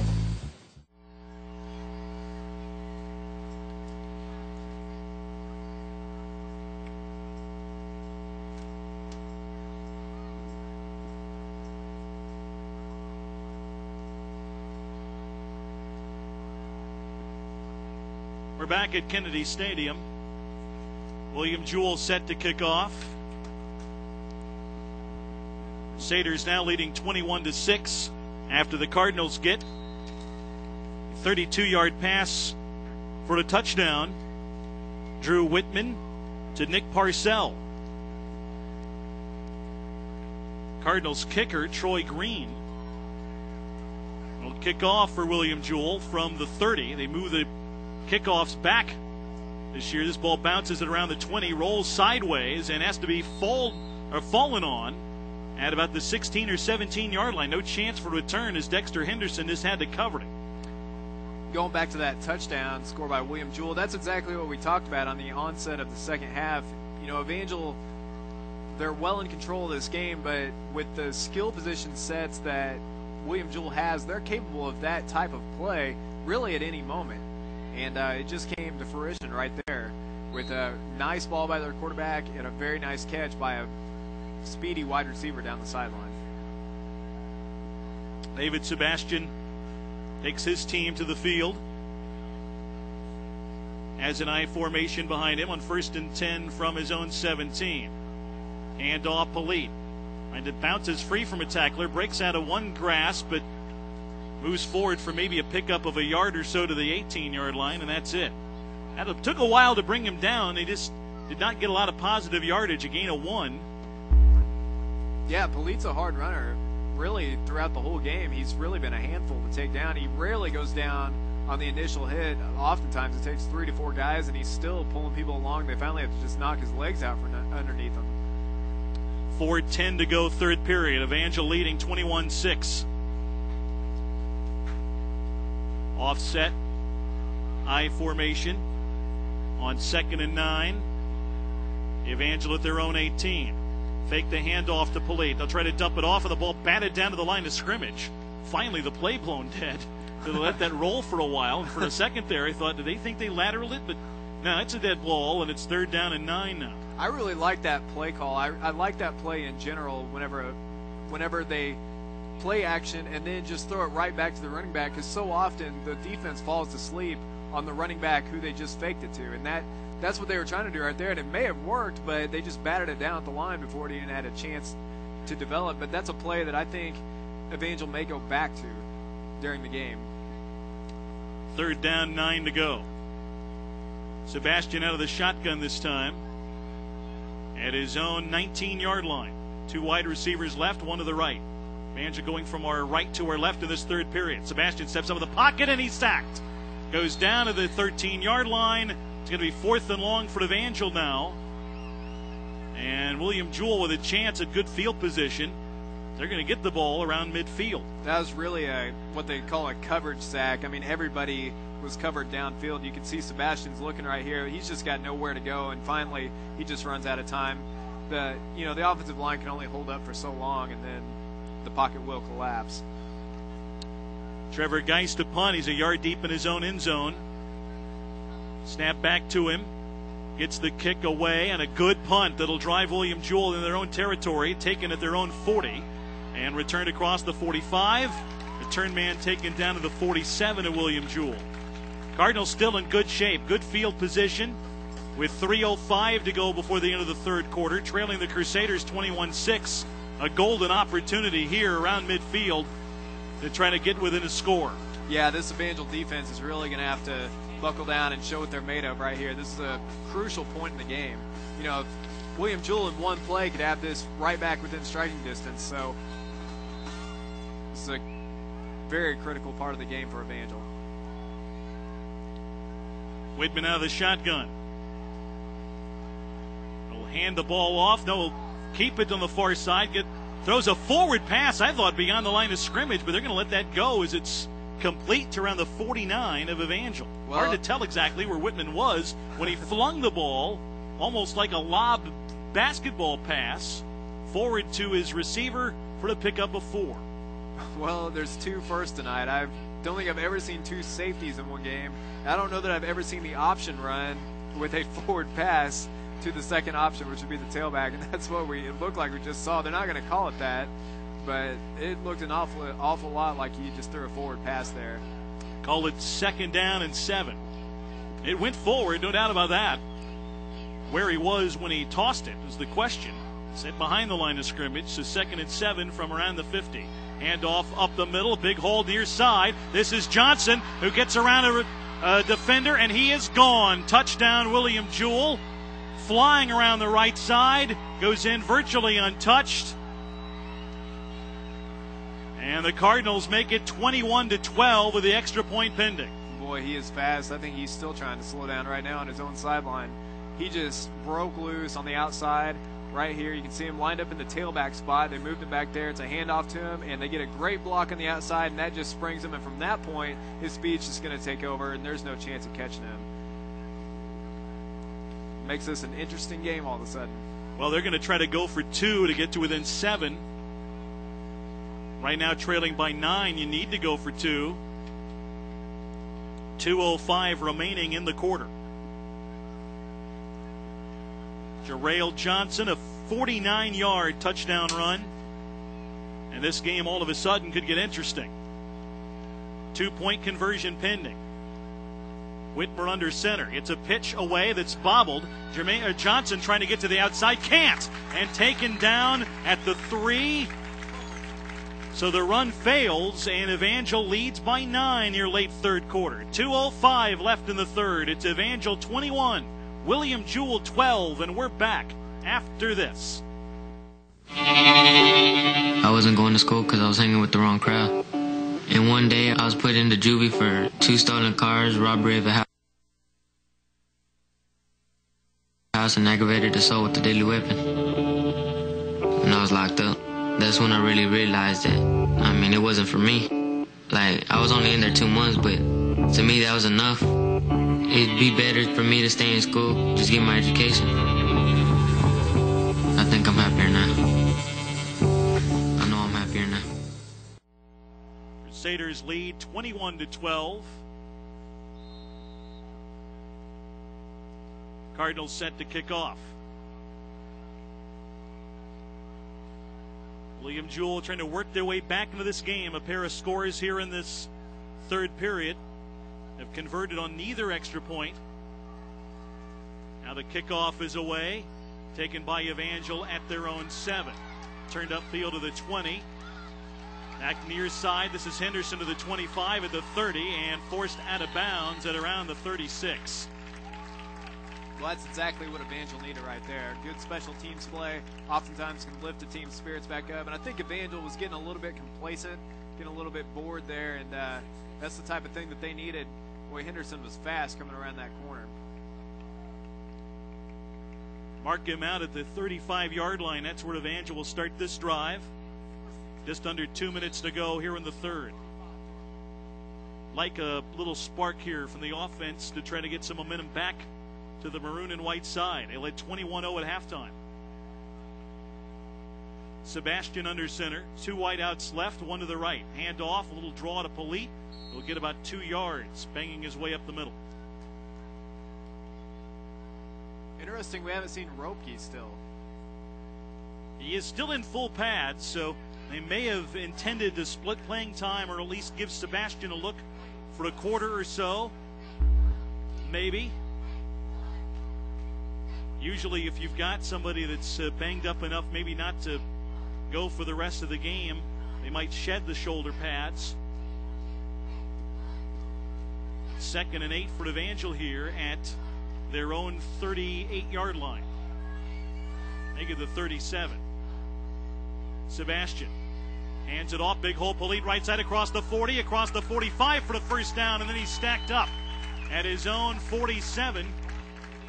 But a good hard run by Ryan Polite, and a nice hole open up on the right side. Yeah, good runners get better as the game goes. They wear down the defense, and that's exactly what Ryan Polite's doing right now. He has gotten better as granted, they have handed it off to him more, but you can tell that the defense is having a harder time tackling him. He's starting to really just pound out extra yardage towards the end of the play. Evangel at their own 47-yard line. 1st and 10, Evangel. 2 wideouts come left, 1 to the right. Lone running back set way back behind Sebastian, who's under center.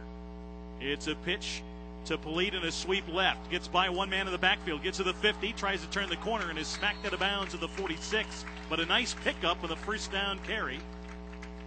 It'll be 2nd down and short for the Crusaders. Call it 2nd and about 2 on a gain of 8. William Jewell didn't have a safety for a few seconds, and he was scrambling back towards the end of the play. Ironically, if he would have stayed where he was at the beginning, he may have had a better shot at getting Polite in the backfield.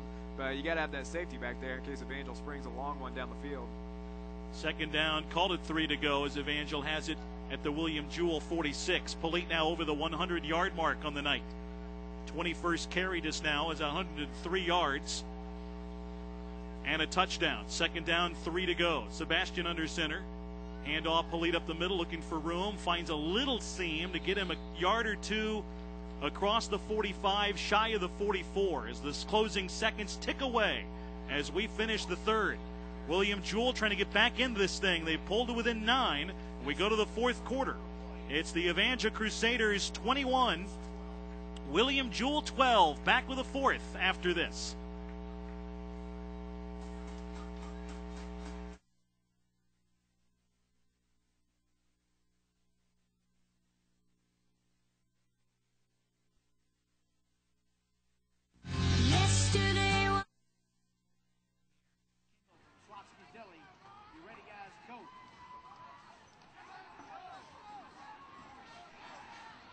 Union got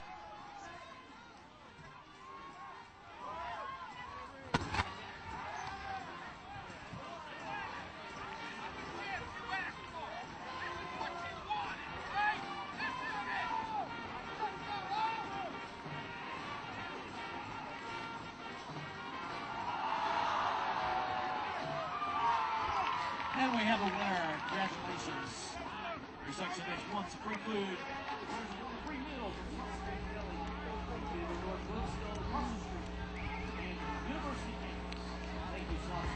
Back we head to the 4th quarter with the Crusaders. Lead by 9.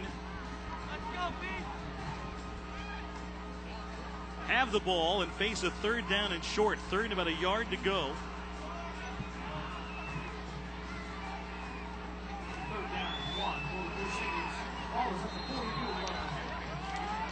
Sebastian will be under center, needing a yard to go to convert a first down from the William Jewell 44.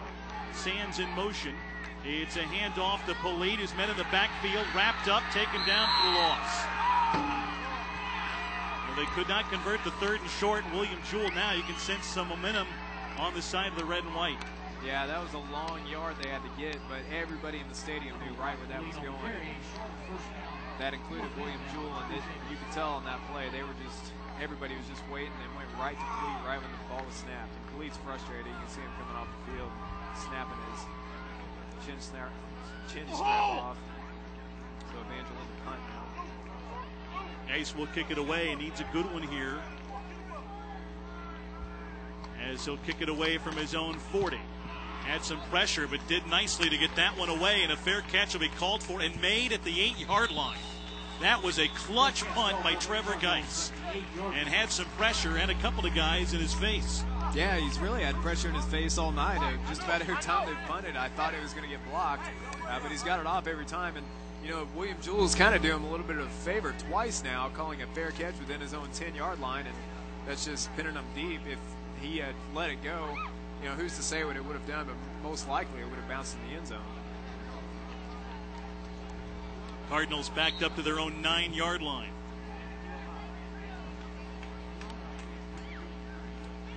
William Jewell comes to the line.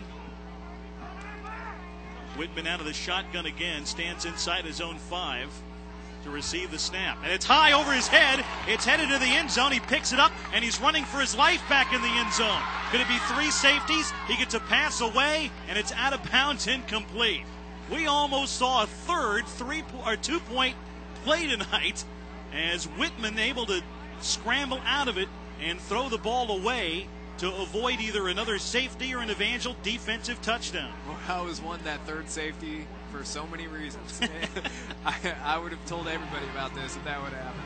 But no, he nearly did it again. That's, I guess, they get back in their own 10-yard line. That center, he's really having a lot of problems in the shotgun formation. They may consider going out of that.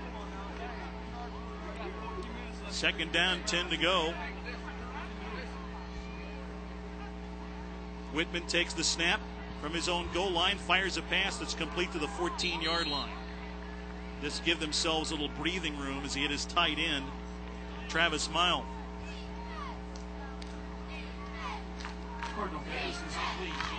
Little 5-yard pickup, and it is 3rd down, 5 to go at their own 14. Early 4th quarter, a 21-6 lead for the Crusaders.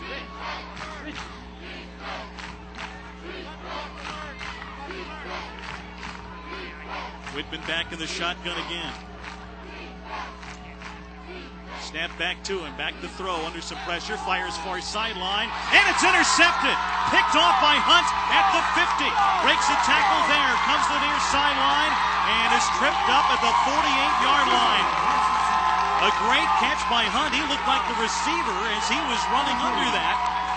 Made the grab, and Evangel gets their 2nd pick of the night. He did. Drew Whitman threw a great pass to John Hunt for Evangel. I mean, it was right on target. Unfortunately for Drew Whitman, that was to the wrong man, and so it's an interception for Evangel, and that's exactly what Evangel needed to get this thing turned back around. You could just feel the momentum swelling towards William Jewell's side, and hopefully that just kills the momentum for them. I think he may have forced that pass. Not sure that was an open target with Hunt on the inside. He was able to make an adjustment to the ball and catch it in stride. Sebastian takes the snap, play action fake, looking, firing over the middle, and Sands, who makes the catch at the 15 and is dragged down from behind at the 7. He was well covered, a well-placed and well-thrown ball by Sebastian, and it's a 1st and goal to go. A lot of things happening on that play, starting with play action once again. This is the exact same play that Evangel broke the game open with earlier to Sands, except this time they lined Sands up here on the near side and ran him with the exact same post pattern. Also, it was all set up again by the play action. They've been running for lead the entire 2nd half, and that time they faked it to him, and then they busted Sands wide open down the middle of the field where there was single coverage. Gain of about 42. Takes it down to the 7-yard line of William Jewell. 1st and goal from the 7. Handoff, Polite, left side. Gets around a man, but dragged down from behind, maybe for no gain. And a nice open field tackle for the Cardinals as he was grabbed from behind, taken down by Jacob Williams, a linebacker. no gain, 2nd and goal from the 7. Yeah, William Jewell's defensive line, I've been impressed with them here in this second half. They've really stepped up, and they've really made it difficult at times for the running game. It seems as though Evangel's either getting a 10-yard gain or they're getting, nothing or a 2-yard loss. And so William Jewell's defensive line really is stepping up in the second half. 2nd and goal from just outside the 7-yard line. Sebastian fakes a handoff, rolling right. Looking, can't find an open man, now scrambles, tucks it under and gets to the 5 before he's taken down from behind.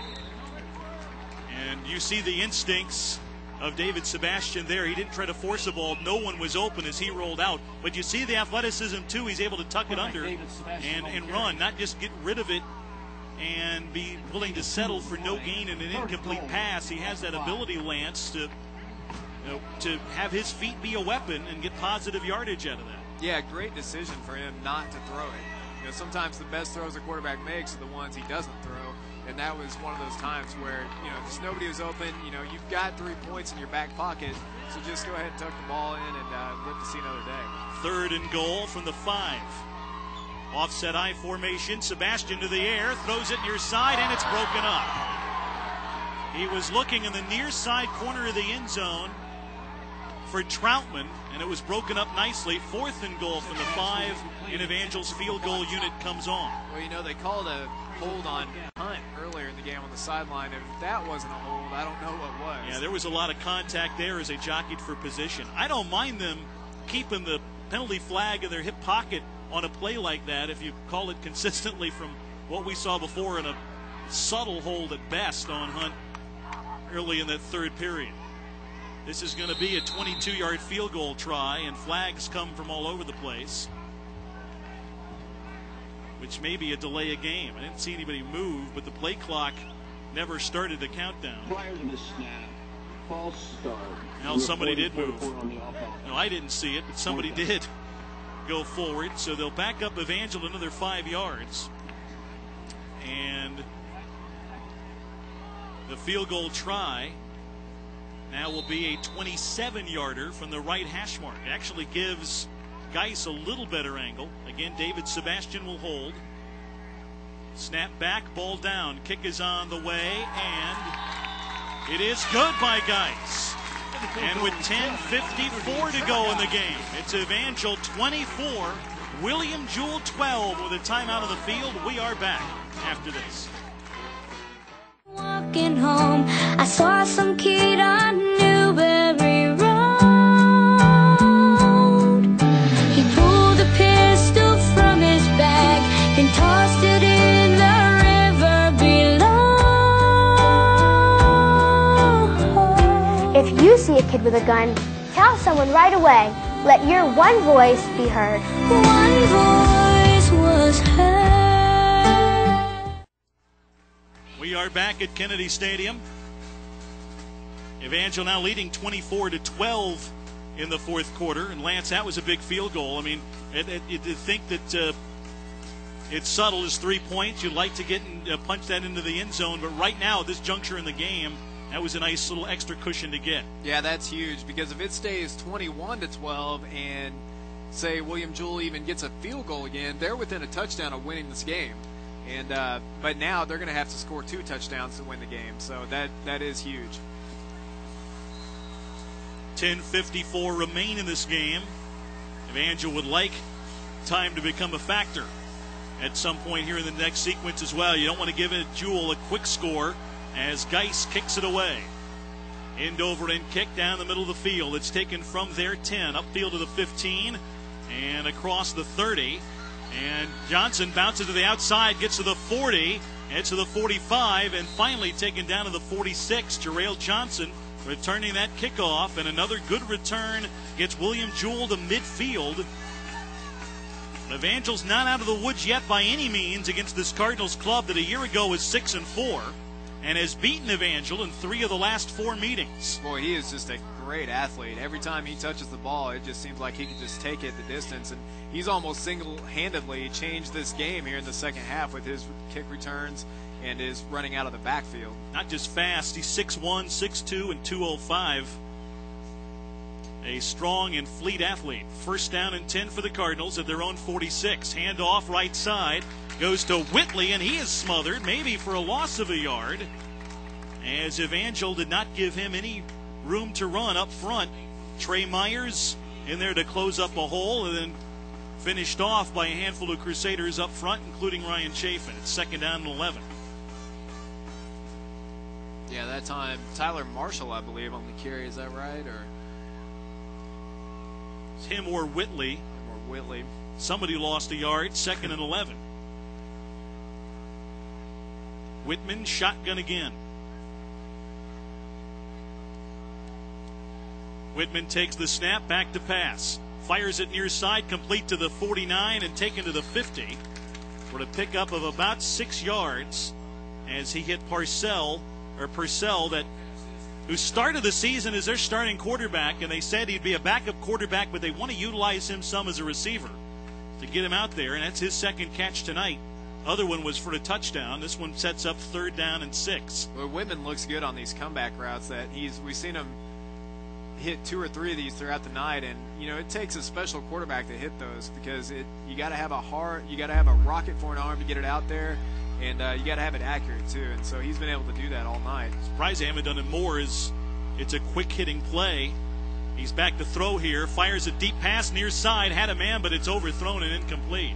That was Purcell again he was looking for. I think his man may have fallen down in coverage because he got wide open near side, but that little timing pass was way overthrown, and on 4th and 6, the Cardinals bring their punting unit out.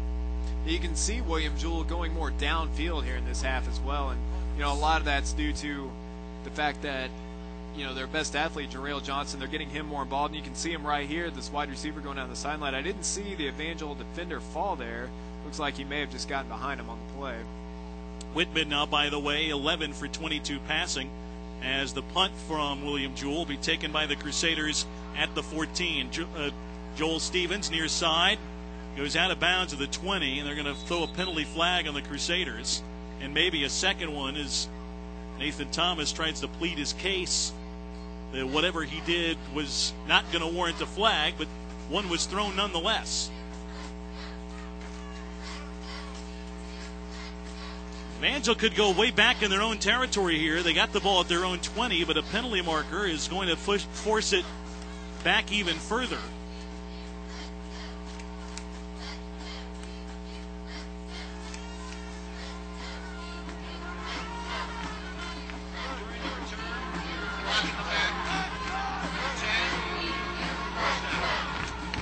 Block in the back is the call. And Evangel will be backed up. Well, they haven't really marked off the yardage yet. I think they should be around their own 10-yard line. They'll start this drive from there with exactly 9 minutes to go in regulation. Crusaders leading 24-12 over William Jewell. This Cardinals team beat Evangel a year ago in Liberty 21-10 after Evangel had a 10-7 lead at halftime.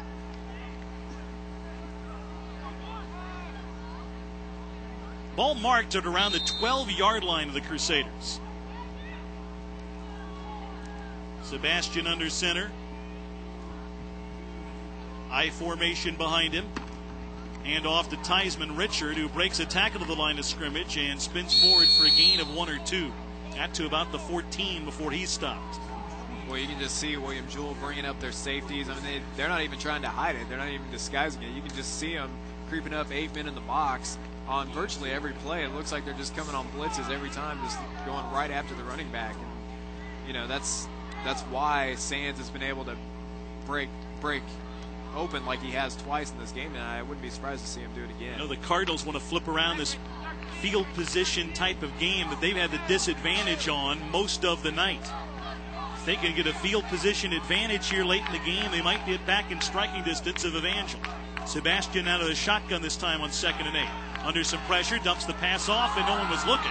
Almost picked off as it deflected off a Crusader forward, but no one from William Jewell could get to it, and it's going to be 3rd and 8. Well, they tried to counter that pressure that time. They tried to throw a screen right over the middle, and that's something that William Jewell's been doing to Evangel all night, but William Jewell's been coming on more blitzes now, and so Evangel thought, we can be cute too, and we can throw screens, and that's what they try to do, but nobody's looking for the ball, so it's hard to catch it when you're not looking for it. 3rd and 8 now. Evangel at their own 14-yard line.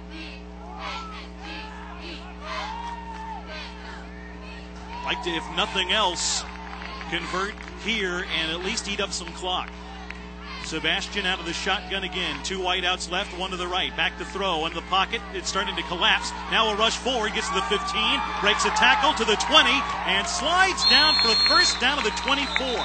There's the speed of Sebastian and work. Talk about how we can run, Lance. And that time scrambled for the first down. Yeah, great decision. Nobody was open. And that play just was breaking down. And there's a flag on the play right now. Yep, it's coming back. Well, that's a shame. That's going to negate just a great decision by Sebastian to just tuck that and run. And once he decided to run it, he didn't hesitate. He just took off. Number 51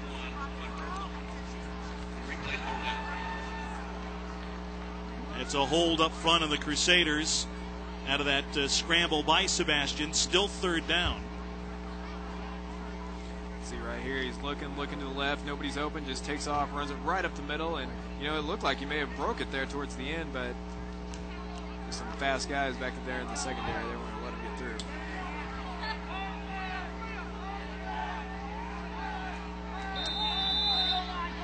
Evangel at their own 7-yard line. It's going to be 3rd down and 14. Sebastian out of the shotgun. Has it back in his own end zone. Pumps once. Now scrambles out of a grasp, and it's thrown incomplete to the 10-yard line. That was almost a safety for the Cardinals, but Sebastian able to elude a tackler and get rid of the football for an incompletion. But now 4th and 14, and Evangel have to punt from out of the back of their own end zone with 7:45 left and a 12-point lead. Well, I thought we might get that 3rd safety, but it wasn't going to be the way I wanted it to come. It looked like it was going to be against Evangel that time, but Sebastian once again was able to use his elusiveness, and he got out of it, and then he just threw an incompletion. So Evangel lining up to punt now. Geis about 8 yards deep in his own end zone, knocks it away. It's a punt that's fielded at the Evangel 43 and taken to the 40 by Adam McBride. So William Jewell had a chance now at the Evangel 40 with 7:35 to go in regulation. They're going to need a touchdown here, but a good chance to get one in relatively quick fashion. You don't have to go length of the field to get it. You're 40 yards away from the end zone and still some time to threaten Evangel. No, they couldn't really ask for anything better here at the 40-yard line with just a little bit inside 8 minutes, 7.5 minutes left here to play. I mean, if they're going to cash in, now would be the time for them to do it. And here's where it's crunch time for Evangel. Whitman out of the shotgun. 1st and 10 for the Cardinals at the Evangel 40. Man in motion to the left. Handoff up the middle. Cooper wrapped up as he gets shy of the line of scrimmage and spun down.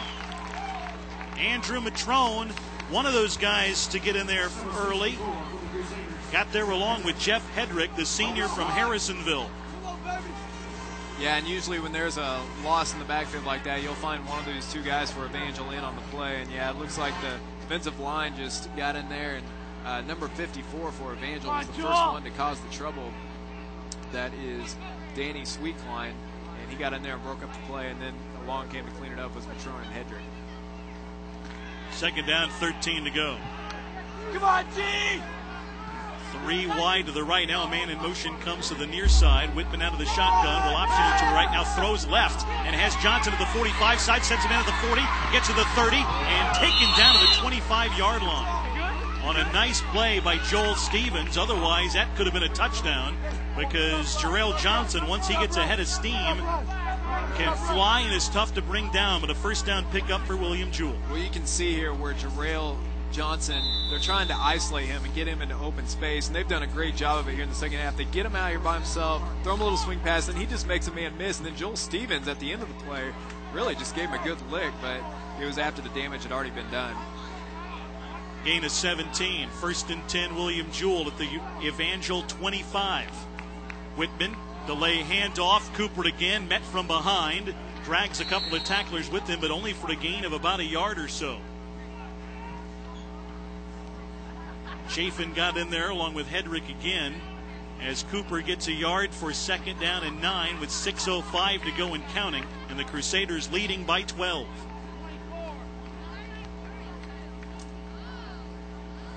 Reminder, next week we're in Rolla.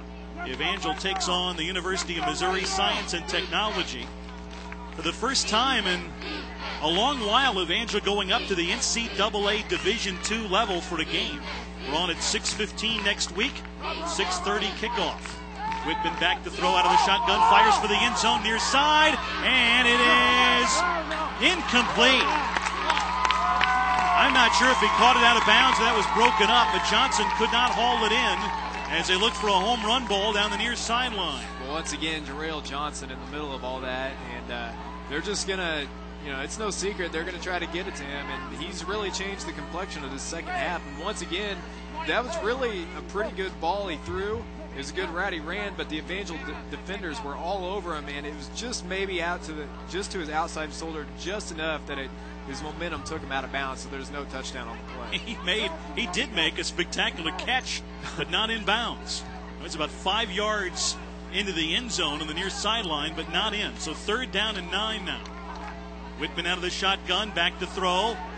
Dumps it off to the 30, taken across to the 25, and he's taken down there. Just another good open field tackle by Evangel. Stevens in there, along with Aaron Lambertson, converging well.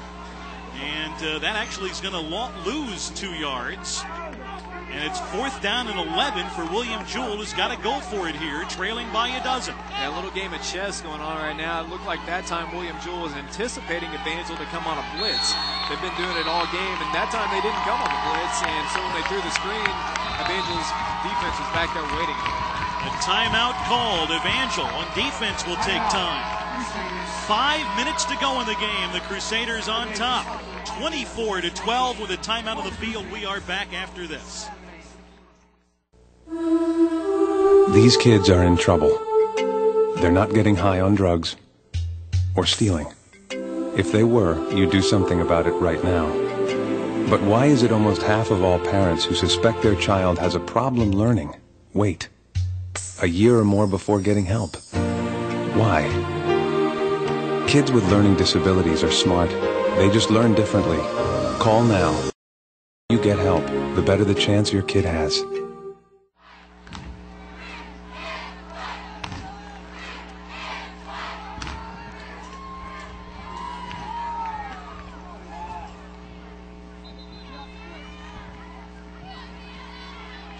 Back at JFK Stadium, Evangel leading William Jewell 24-12. 5 minutes to go in the game. Cardinals face 4th down and 11 from the Evangel 26-yard line. Whitman with a shotgun snap, back to pass. Looks, fires a pass far side where it is caught, and the man tackled at the 20, shy of the first. They pick up yardage, but not enough.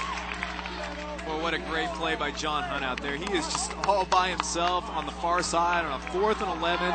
If he doesn't make that tackle, that is 6 points. But he is out there just by himself, and he comes up with not only good coverage, he still caught the ball, but it was still good coverage, and he was there to make the tackle right when he caught it. Mills was the receiver. Not enough yardage. Evangel takes over on downs. They hold against the Cardinals' 4th down play. So the Crusaders now will have it at... they gave him progress, actually, to about the 18-yard line. He was actually pretty close to getting that first down. That was another great part of the tackle, is he didn't give him any momentum either. He just spun him straight backwards. Sebastian under center.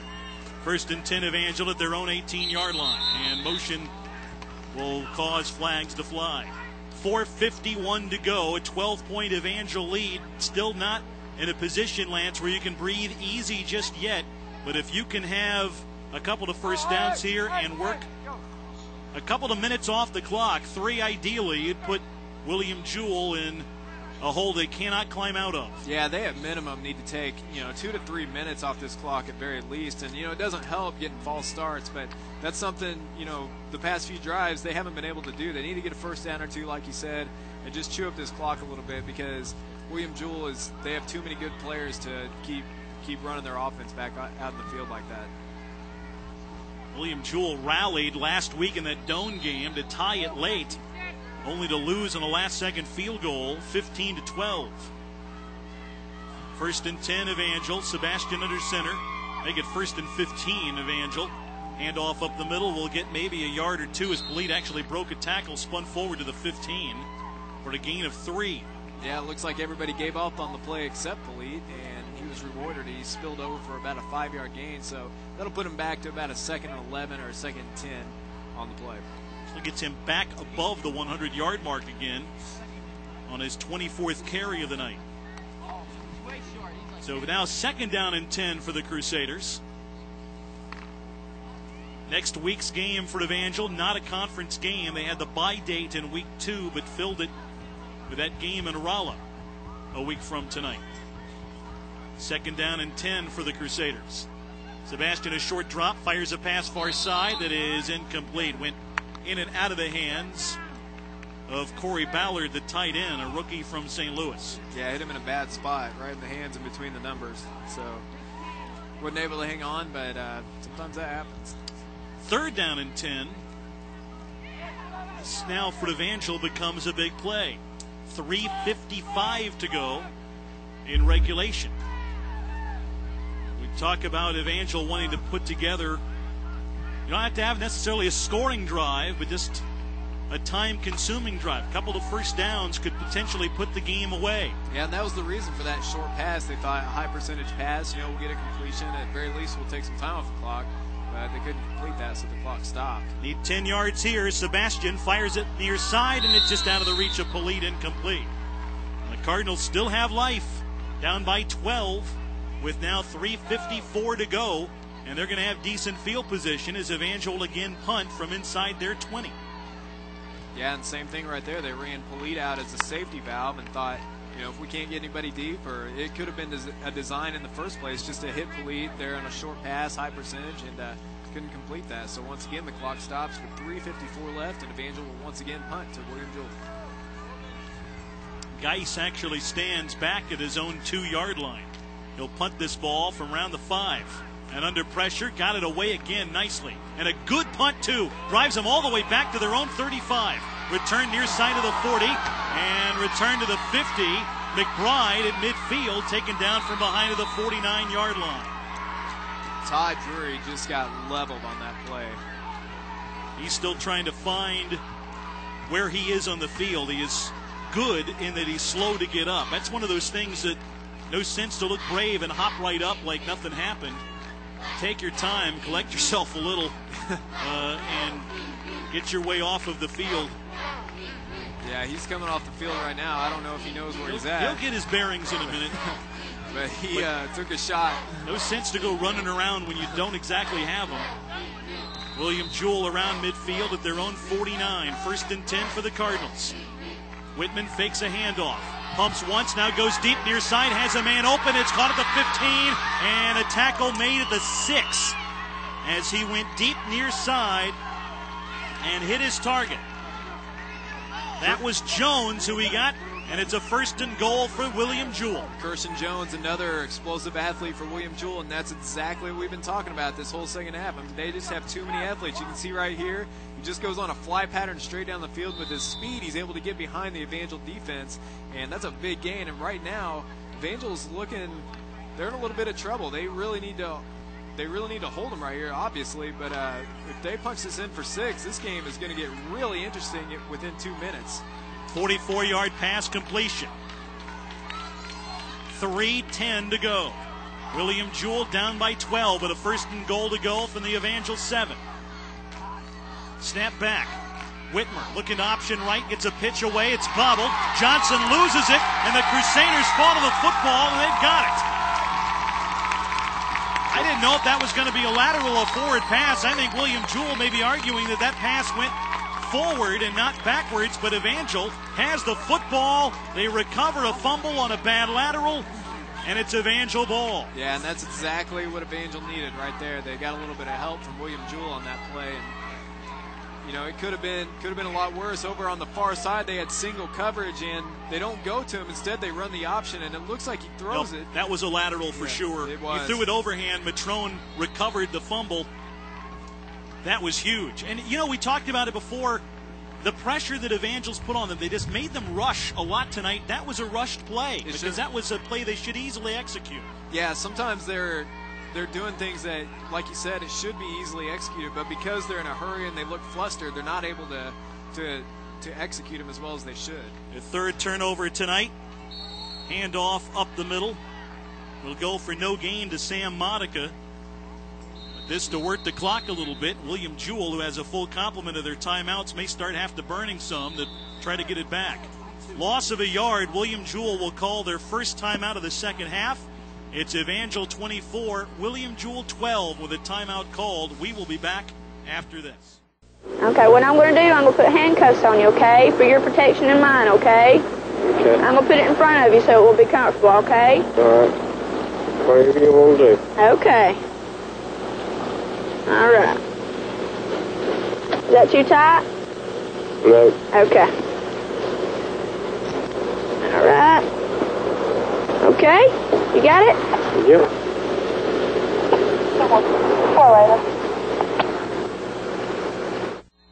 Back to JFK Stadium. With the William Jewell timeout, the Crusaders face 2nd and 11.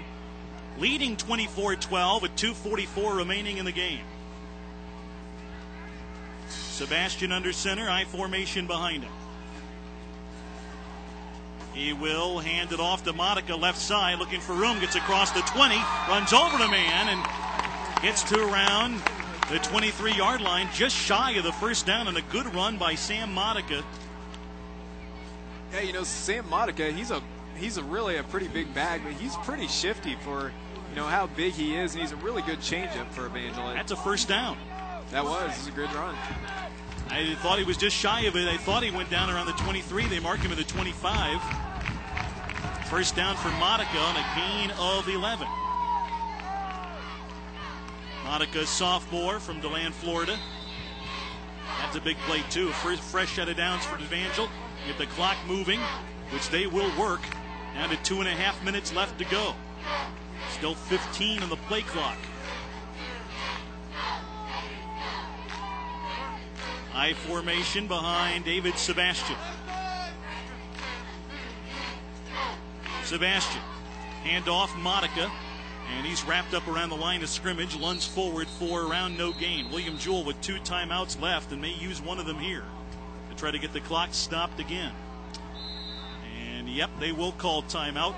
We'll take a timeout too. Still Evangel 24, William Jewell 12, and now 2:06 left to play. We'll be back after this. In 1955, 3 people died in a fire started in a fireworks display at a grocery on College Street. This tragedy prompted City Council to revise an ordinance that prohibits the use or sale of fireworks inside the city. Nationwide, over 8,000 people, including many children, were injured by fireworks in 1997. Not only can fireworks be unsafe, they are also illegal inside Springfield. Enjoy a festive and safe 4th at public displays. Don't take the chance of having a child injured or your property damaged by fireworks. Time for a game summary brought to you by Empire Bank. Empire Bank, teamwork always pays off, and Evangel leading 24-12.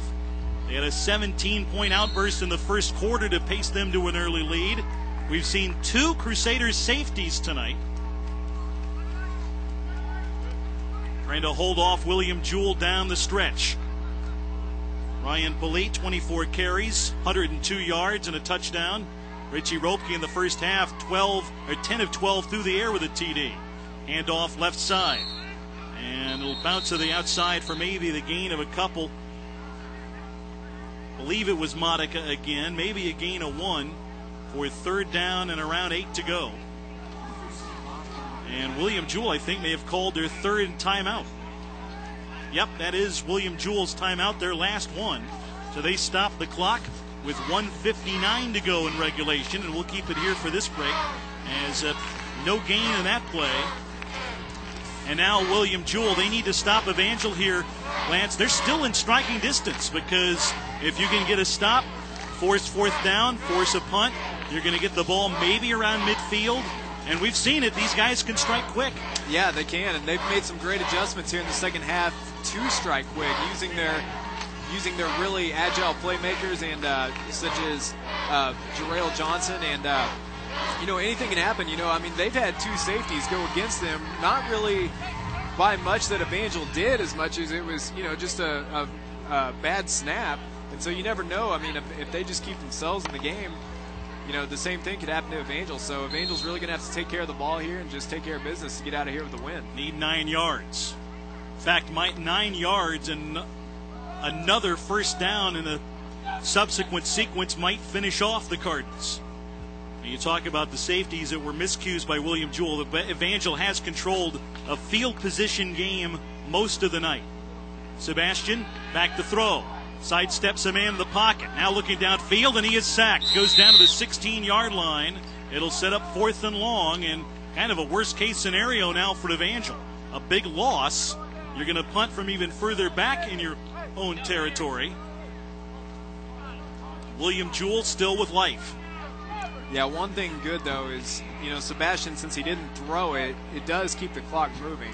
So that really right now the clock is Evangel's best friend at the moment. So and William Jewell can't stop it. We're out of timeouts. Yeah, you're right. Otherwise, you'd want to kill the clock right now, give your offense as much time as they can. Absolutely. Geis works the play clock all the way down and gets a punt away from the 7. It is an end-over-end kick that is going to be fielded all the way back at the 35. McBride upfield. Can't elude a tackler and taken down at the 40. And guess who got it? Todd Drury. How about that redemption? But a flag comes at the end of the play, and I'm not sure what that's about. Evangel didn't exactly overly celebrate that, but I'm not sure where the frustration came out of. Nathan Thomas is looking guilty, but he did not. He was, that's, if they're going to call excessive celebration on that, that is ridiculous. They have been very touchy about that, at least saying that they want to crack down on that.